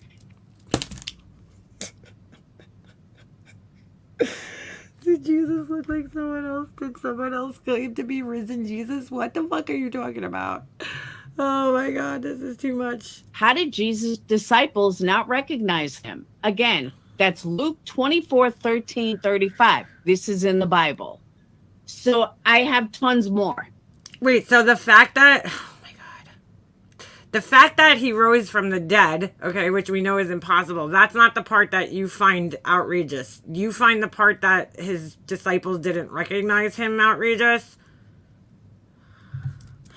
Jesus turns water into wine. John 2.9. Oh my God. Jesus tells his disciples to eat his body and drink his blood. John 6:53. Laura, that's figurative, bro. He's talking about the wine is his blood, and that's why we do communion in the Catholic Church. We take the bread, that is the body of Christ, and then we drink the wine. Which I don't think they really do anymore. I don't know. 50. Then again, I haven't been to a mass, but I really don't recall being to a mass in any recent times that I have been to one where they drink the wine. It's mostly just the body of Christ. Amen. You got to do the little hand thing, or you can put your tongue out. Put that Jesus on my tongue. Sorry, I can't. 6. It goes on and on. Jesus calls Peter Satan. Jesus turned to and said to Peter, "Go behind me, Satan." That's in Matthew 16:23. So if you're... What the fuck is she? I don't understand why she's reading these. They're so random, bro. And going to say that it's in the Bible, I can read you 100 different verses from the Bible that make absolutely no sense at all. And I can tell you exactly where it's located. So my point being is there's tons of this. So What the fuck is she talking about, dude? please don't use the excuse. So Laura went live and took a bunch of random Bible verses that she thinks are weird. What the fuck is this? I don't get that this. It's in the Bible, because I will combat that with the most ridiculous stuff that's also in the Bible. And I'll tell you exactly where it's located. No, she doesn't understand biblical context and interpretation. Not at all, dude. No, not even close. So you can check it yourself. When I'm born, I'm not born given a choice of what my sexual preference is. When I am who I am. I am heterosexual. I know, that's what I don't understand. Why can't people just disagree? If that's part of her beliefs, although I don't agree with Republican Ash's beliefs, which is why I'm not in the church, and I'm not involved in the church in any way, the Catholic Church. I mean, that's part of the reason, right? Why can't I look, if that's what she believes, that's great. She's, that's her. Do I think she should be preaching to other people? No, I don't. But she's got her right to say what she wants to say. Sorry. Thank you for the super chat. This shows Laura's ignorance. They didn't recognize him because he got his heavenly body. When we die, we put off our physical bodies and get heavenly bodies. Reading and understanding are totally different. Yeah, exactly. Thank you for the super chat. I appreciate that. Yeah, she doesn't understand that. He came back as a spirit, I've always have been. I have no desire to play with someone else's boobs unless... Wait, this was the funniest fucking thing I heard. Hold on. I'm who I am. I am heterosexual. I've always have been. I have no desire to play with someone else's boobs unless they're a guy. What? Sorry, I was just choked. Bro, I have no desire. Thank you for joining memberships, Missy. I have no desire to play with with boobs. Unless it's a guy's. Why would a guy have boobs, Laura, that you're playing with? What the fuck? Who plays with their man's boobs? What the fuck are you talking about?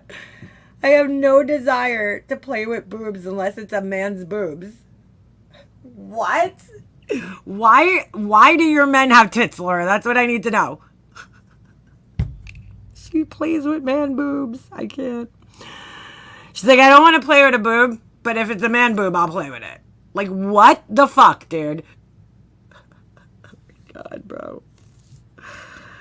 Oh my God. I like men. I like strong men. I like big men. I like stocky men.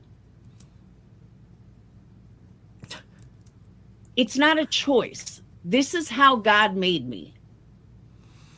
I have a friend who's gay. That's how God made her. Oh my God. Okay, Laura, but that's how some people don't believe that, dude. He made her gay. She didn't wake up one day and say, I want to be gay. That is how she was born.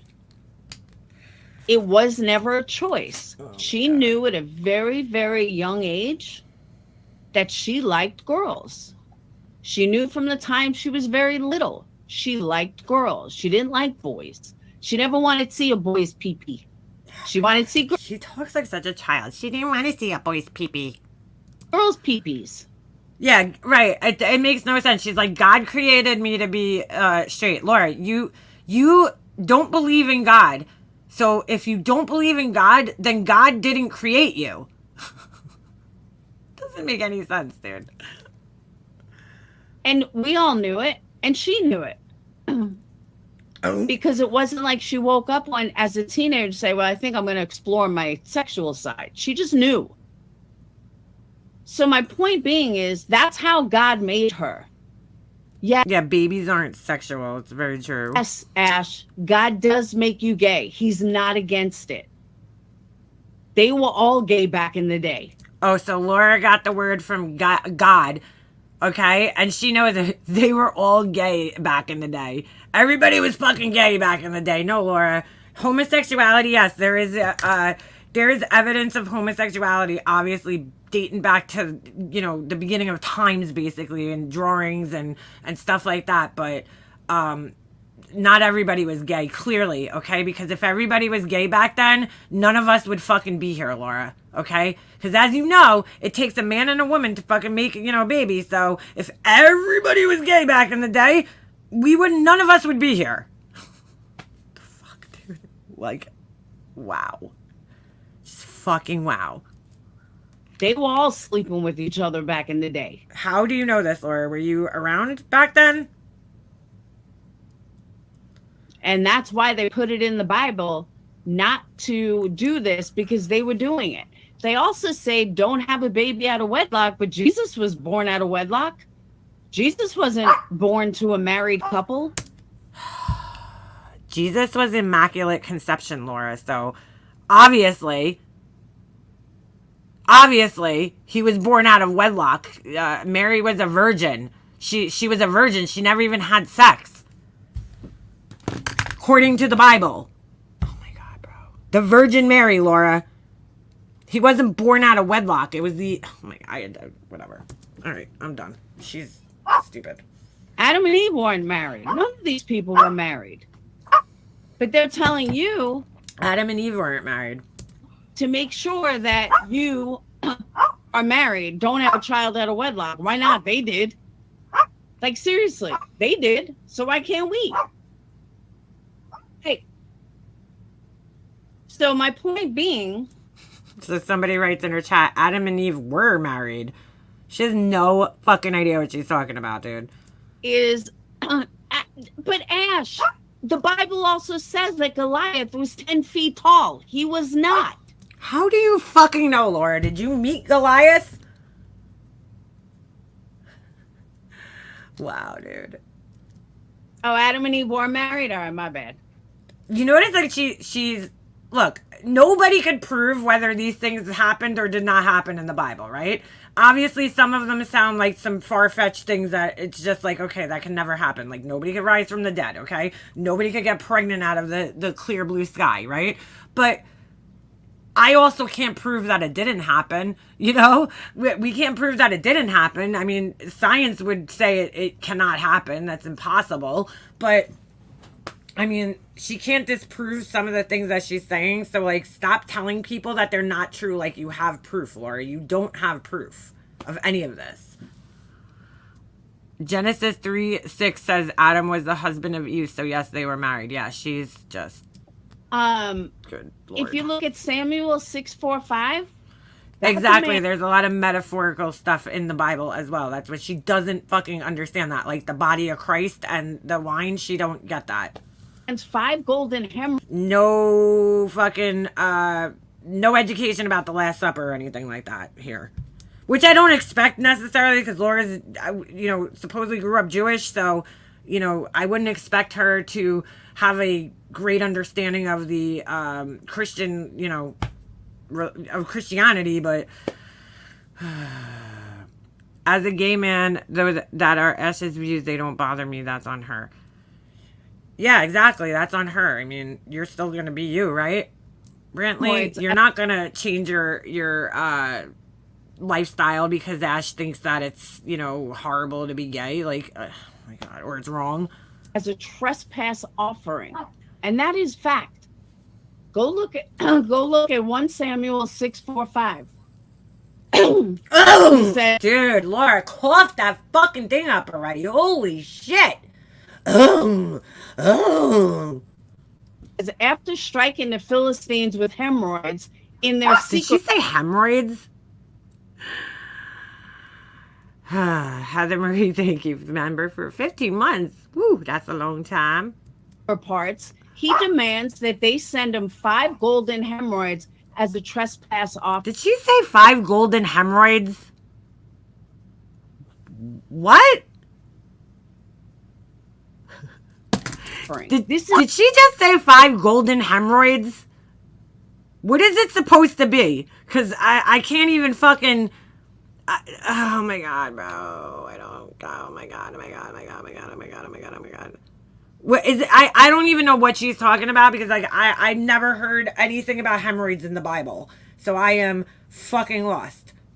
Why on earth would God send anybody 5 golden hemorrhoids?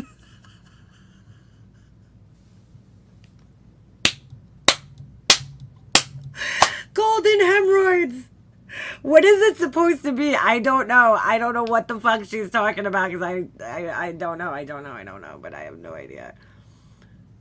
5 golden hemorrhoids, 3 turtle doves and a partridge in a 2 turtle doves. 5 golden hemorrhoids. 4 colon birds, 3 cock rings, 2 preparation H's, and a brown eye in a pear tree. What the fuck am I listening to right now, dude? Oh, it says hemorrhoids, 5 tumors, but I'm fucking lost, bro. In the Bible. So if you're going to say things, well, it's in the Bible, well, let's look at what's in the Bible. Because there's a lot of things that are in the Bible. Where did she get that from, dude? Stuff that you would never know is actually in the Bible. And it is. Oh my god, dude, cough the fucking thing up between her and the fucking dog barking in the background. Oh my god. I think that's the fucking I think that's the spirit trying to fucking get out of her or something. Holy shit. Another thing that's in the Bible. An abused prostitute gets gang raped by a gang of perverts, then dies, then gets cut up into 12 pieces. This is in Judges 19:22-30. Winston! That doesn't sound too... Oh my god. It says, after taking in a traveling Levite, the host offers A traveling Levy? his virgin daughter and his guest concubine to a mob of perverts who want to have sex with his guest. The mob refuses the daughter, but accepts the concubine, and they abuse her all night. The next morning, she crawls back to the doorstep and dies. The Levite puts her dead body on an ass and takes her On an ass? home. Then he chops her body up into 12 pieces and sends them to each one of the 12 tribes of Israel. This is in the Bible. This is Oh, a levy? She said a levy? A levy? Oh my god, bro. is Judges 19:20-30. Laura, prostitution obviously is the oldest profession in the world, right? They say. I mean, that doesn't sound too far-fetched, to be quite honest with you. There's some crazy shit went on back in the day, obviously. Oh my god. Speaking of crazy shit, we'll have to get to that another time, another day. But Pandora's box has officially been opened when it comes to the Long Island serial killer case. So, I just had to put that out there. We were going to have to spend a day going over some of the horrific new shit in the new documents because it's fucking crazy. But today ain't that day because I can't be on here all that much longer. It all said Samson in Judges 15:14-15. It says Samson kills 1,000 men. I doubt it. I doubt it. In Exodus, whoever uses God's favorite perfume will be exiled. Yes, I watched her video last night, Hazel Eyes. Don't use God's favorite perfume. Exodus 30:37-38. This is all in the Bible, Ash. Laura, what the fuck? Scripture flipping. Stop yelling, it gets fluffers going and you're losing your voice. Oh, Crystal's even annoyed by the fucking hacking. Wow. God sends plagues so people can get to know him better. Exodus 9:14. So, I mean, if you're going to quote what's in the Bible, let's do it. Let's quote what's in the Bible. She thought this was fucking genius, bro. Like, she really did.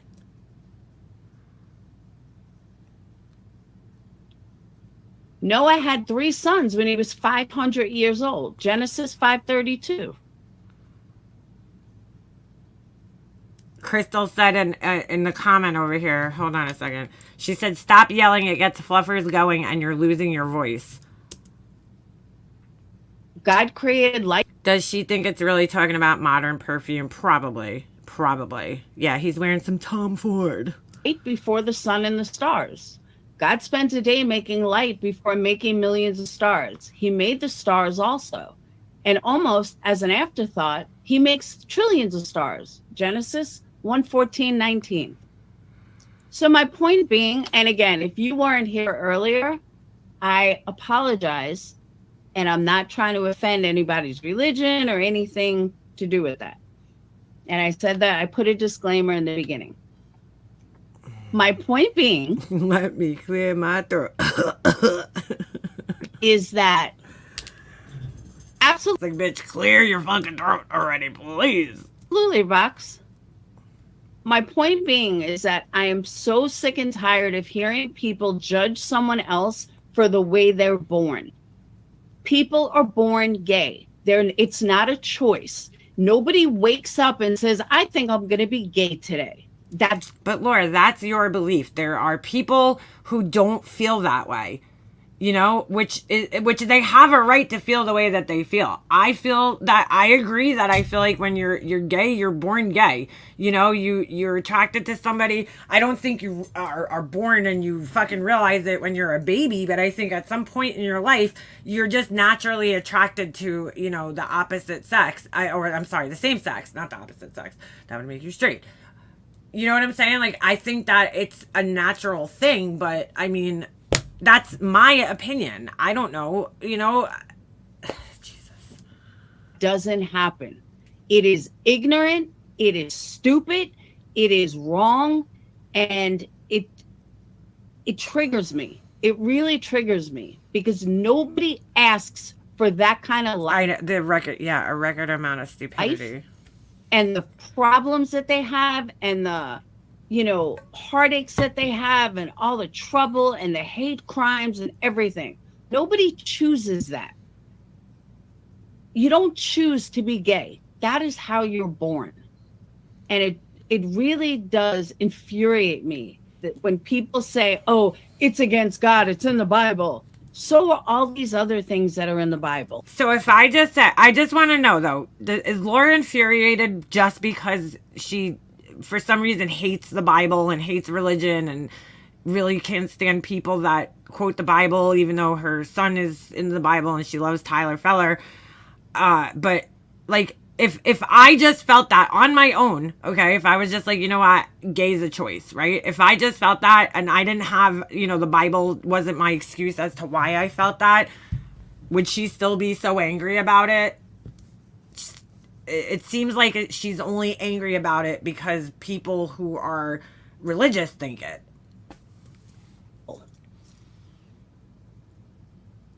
Wake up.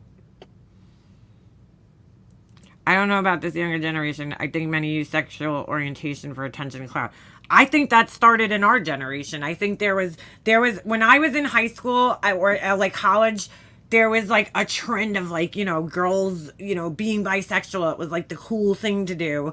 And, you know, I just don't believe that a lot of them actually were. I think they were doing it for maybe attention or, you know, maybe to get guys to like them, you know.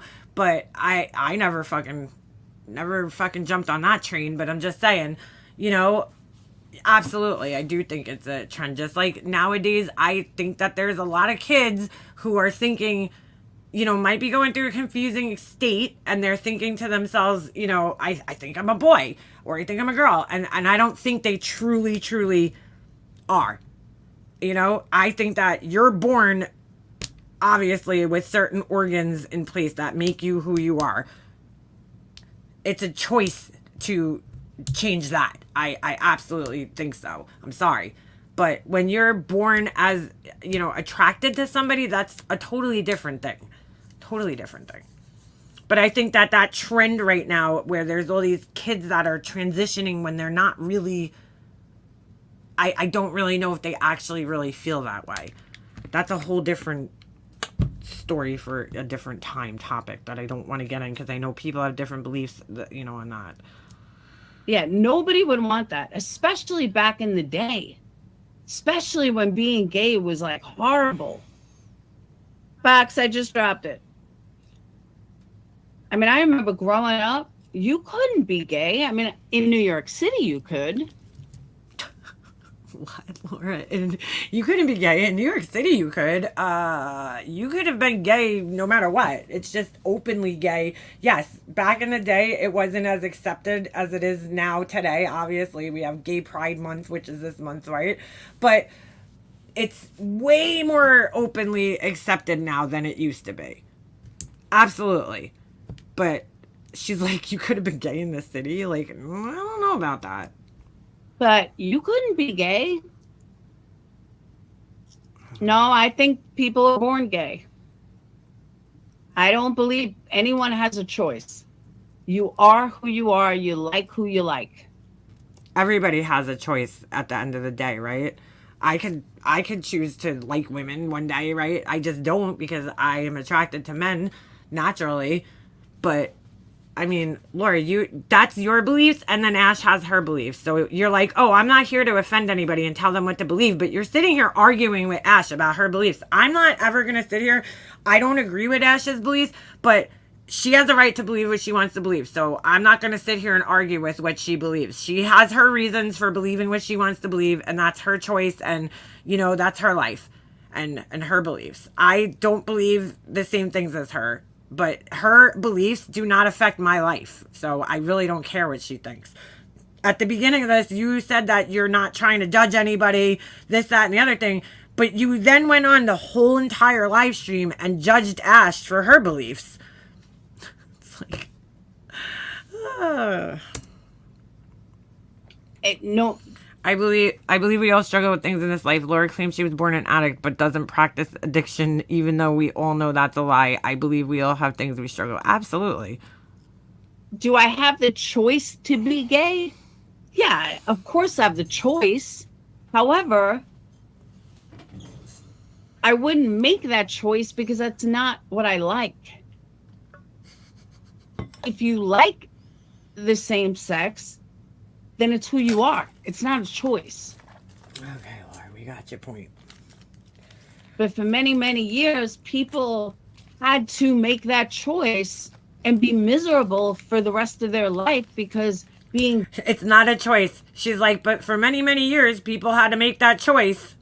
What? Oh my God, I can't. Gay was so unaccepted.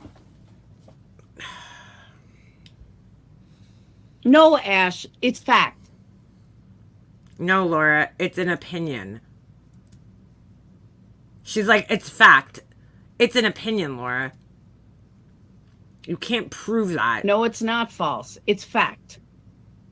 So somebody in her chat says, so if you were born a serial killer, does that make it okay? Anyone that thinks that someone that's gay can just go straight. No, Laura didn't grow up in the Bronx or Brooklyn. She literally lived in a pretty vanilla middle-class neighborhood on Long Island. It is ignorant. It's absolutely ignorant. You don't...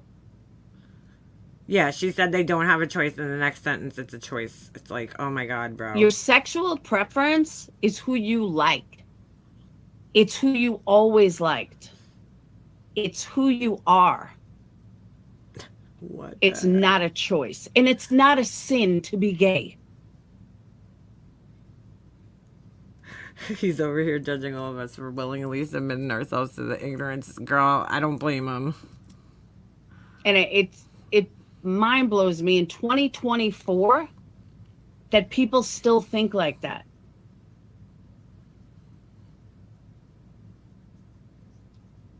I agree. Killing somebody and being gay are not even close to being the same thing. Here comes Brian in the chat. According to the Bible, it is a sin to be gay. Jenny, we all know that's debatable. That is truly debatable. Oh my God.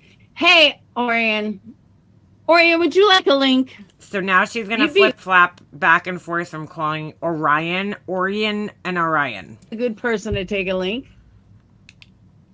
You could be my token gay person on here. And Sweet Pea, that's possible too. But I'm talking people that know from the time they're very little. I'm not talking those that, you know, are bi or might be or not sure. I'm talking ones that know from the time they are very, very little that they're gay. I believe so. Ones that there is never a choice.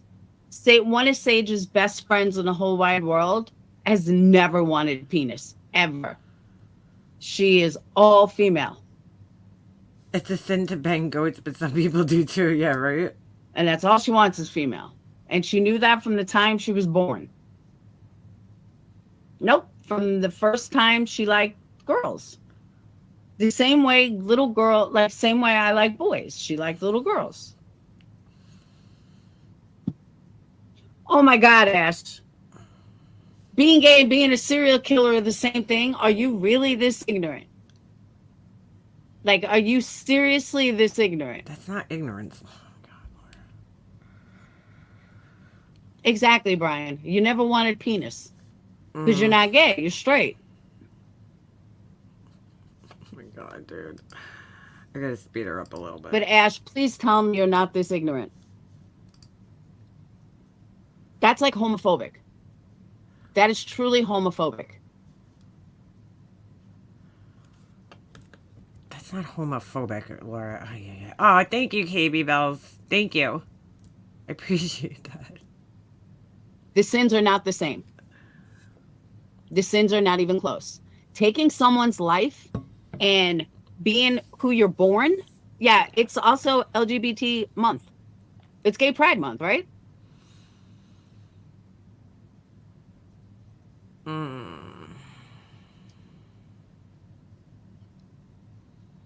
June is Gay Pride Month.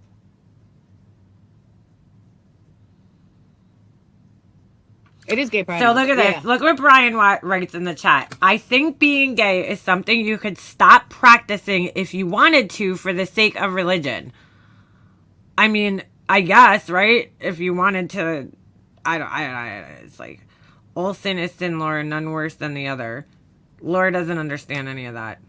You missed my comment. Brian made a comment. No, but then, I mean, like, then later on he contradicts himself, but I don't have time to play all of that, but I forgot about that too.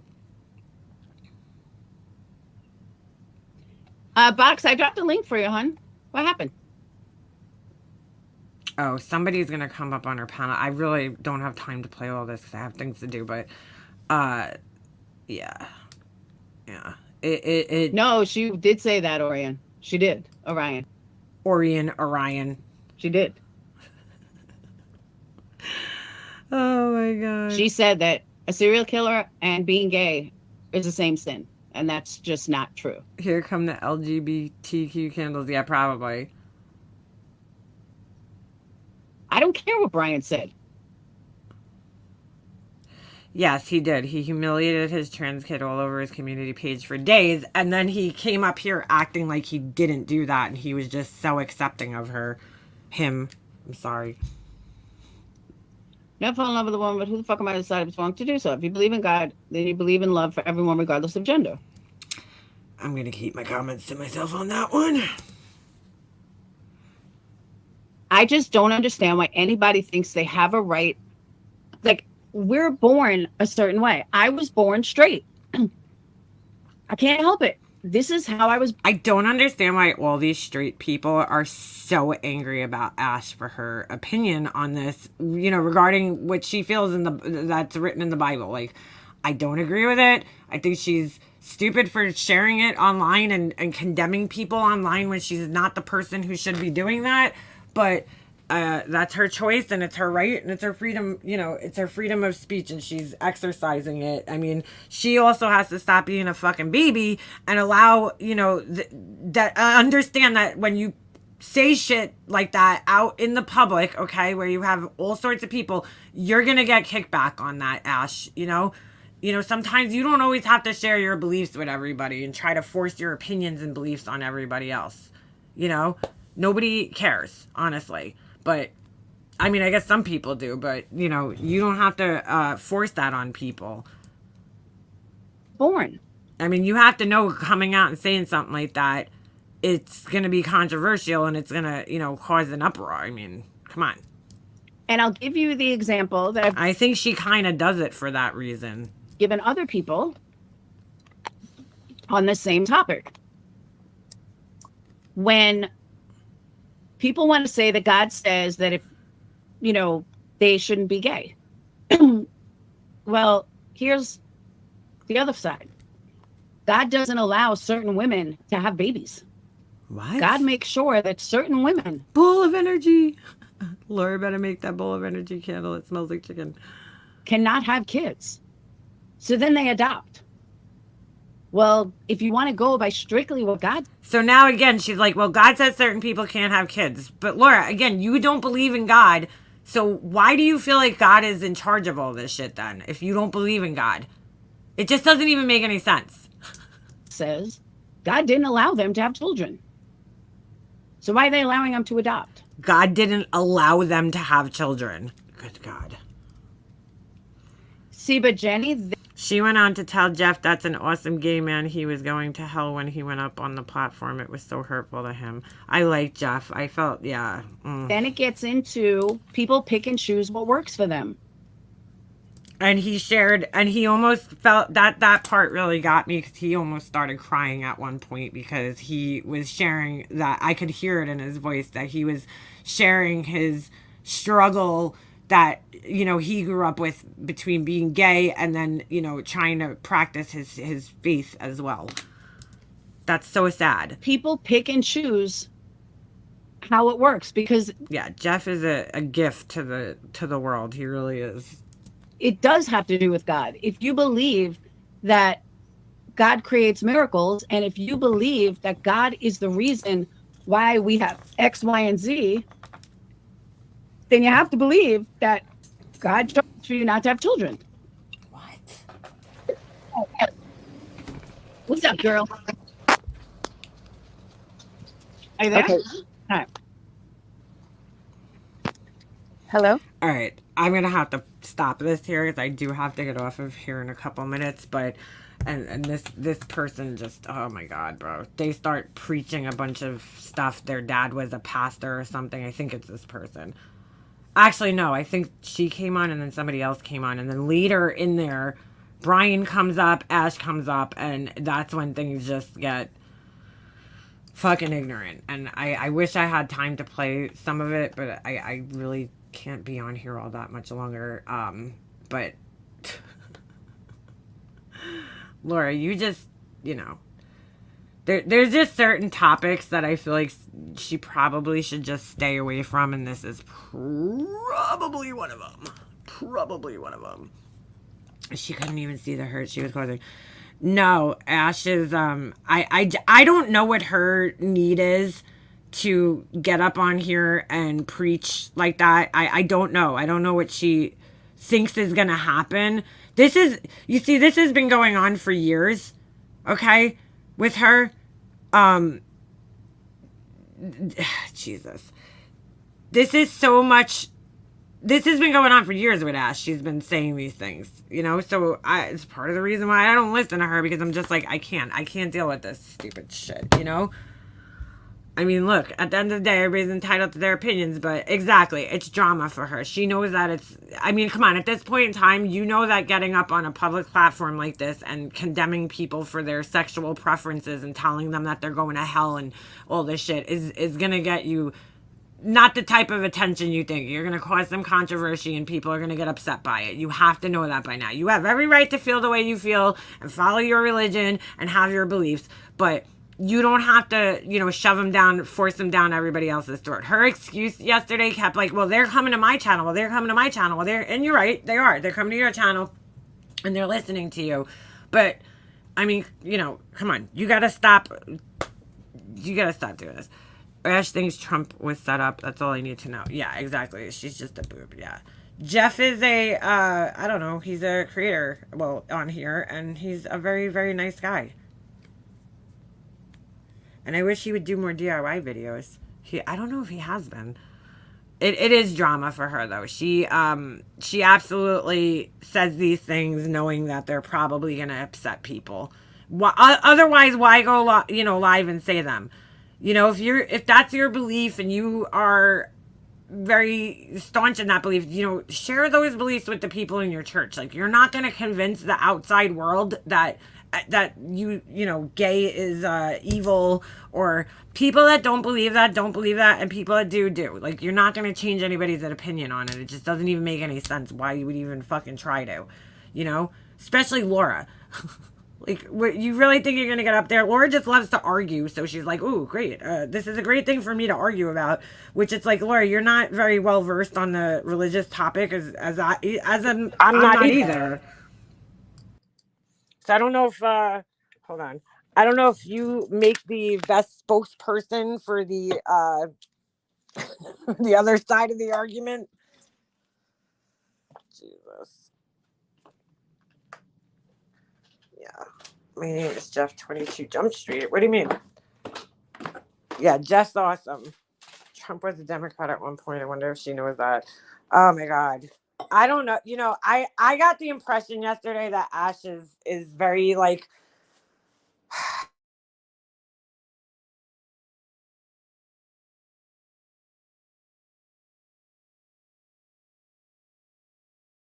gets very easily swayed and like led by people. And I don't even know if a lot of the beliefs she has are her own beliefs necessarily, because she couldn't even explain a lot. Like, when they all got up on the panel, she couldn't even explain a lot of the things that she was wanting to explain.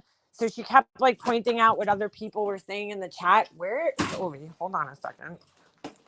Oh my God. Just got the scare of my life. All right. I didn't hear him or see him, and I'm like, where the fuck is he? Because he was not in the front where he usually is, or on the couch where he usually is. He was in the backyard.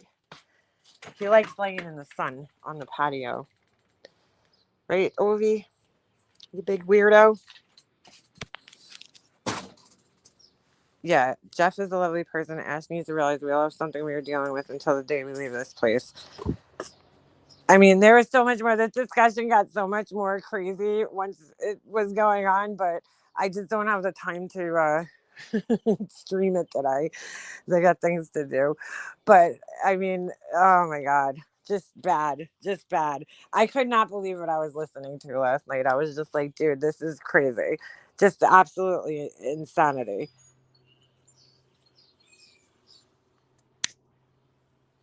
Anywho. No, it's actually not raining here today. It's actually beautiful out today. A little warm. It was raining yesterday. And thank God not on Wednesday, because that was the day where we were walking around the city.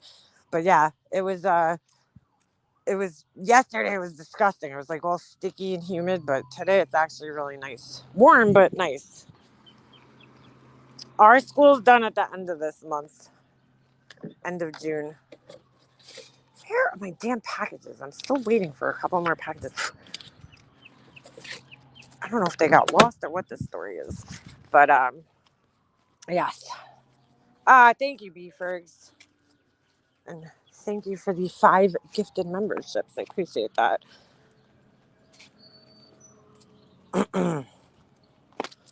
Once you see Jeff, you'll recognize him. He hangs like in the drama community chats. Like, I think he used to be in Diane's a lot. And then, I think he goes in like Wendy's and Randy's from time to time, right? I haven't seen him around. He used to come in Alicia's. He's been around. He's definitely been around for quite some time. Anywho, maybe we'll continue that the rest of that next week, but I'm sure there'll be some new crazy shit happening. I thought Laura was going back to just strictly doing true crime the right way, but I guess that didn't happen. That didn't last long. So funny. Anyway, Ash leaves you needing a nap. She's exhausting to listen to. Well, anytime anybody was trying to explain anything to her, okay, she was like very focused on the chat, So she kept going, oh, pin that person's comment. Like, she doesn't want it. She is not open. And that's another reason why I don't bring her up on my panel, is because she is, that girl out of everybody is not open and willing to hear other people's opinions at all. I mean, really, she's not. She's very closed-minded. She don't want to hear other people's opinions.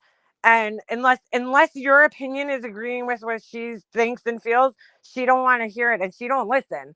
So the whole time while people are trying to explain themselves to her, she's distracted looking at other people's comments in the chat. And it was just, oh my God, it was just a shit show. Yeah, she just wants to be combative. You got two people like that. You got Laura, who just likes to argue, and her, who just likes to argue. And there's just some arguments out there, in my opinion, that you're just never going to win, no matter what. Like those religious arguments, the political arguments, to me, they're just not even worth having, because it's like, you're not going to win. Hardly ever does anybody walk away from one of those conversations and go, you changed my mind. I'm no longer a Republican. I'm going to be a Democrat now. Like, that never happens. It's like, oh, I'm, like Laura arguing with Ash about this, or any of them arguing with Ash about this. Ash is not going to walk away and be like, you know what? I'm not going to follow the Bible anymore. That's just not going to happen. She sees things the way that she sees them. And she's very clearly pretty stern in her, opinions or whatever. It's not going to change just because a bunch of people online were telling her. So, she, at one point in time, she's like, oh, there's this pastor, and Laura's like, let me see the pastor. She really wanted to see it just so she could rip it apart. I don't know. Laura thoroughly enjoys ripping apart people who have religious beliefs. I really don't understand why she enjoys that, but she thoroughly enjoys ripping people who have, strong religious beliefs. She really does. And I find it so odd, because I'm like, look, if you find comfort, okay, and you get something out of going to church, I like, more power to you. You know what I'm saying? That's great. Not everybody's like that, but if you do, that's amazing, and if it helps you feel better and makes you a better person, then why would anybody care? I don't know. She seems to get very upset when people have strong religious beliefs. It's very strange, to be quite honest. Yeah, but then she loves Tyler Feller. That's what was funny, because Asher was telling her about this, like, pastor or whatever it is that she listens to. And Laura's like, let me see him. And as soon as she opens the guy's channel, she gets on the guy's channel. She's like, oh, this guy's a total phony. And I'm like, dude, so and without even listening to the guy, she already had judged him as a phony just based on what she was seeing on his page, and I guess his appearance. And I'm like, yeah, but you can tell that guy's a phony, but you think that Tyler Feller is legit.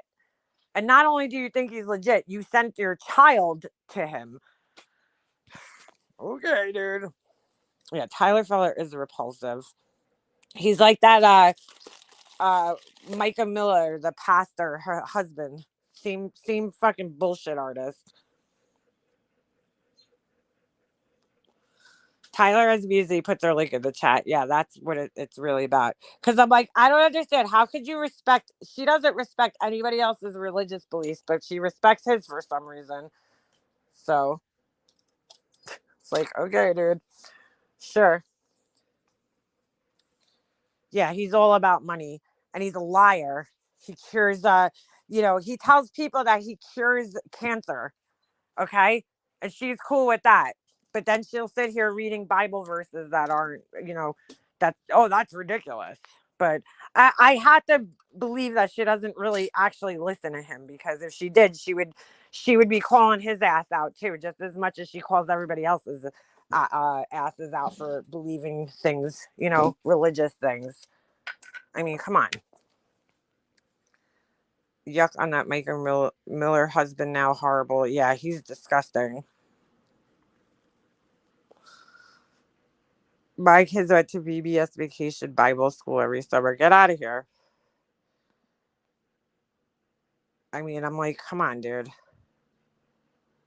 Yeah, that's basically what it is. Anybody that'll treat her kindly and drop her candle link in their chat, they're good people to her. So it's like, You can't make this shit up, guys. You just can't make this shit up. Anyhow, all right, I gotta end this because I really do. I have to run to the post office and I got places to go. I gotta actually pick my son up too from school. So, it was lovely talking to you guys. I hope everybody has a great weekend. I will probably not see you guys. Well, I'll see some of you guys on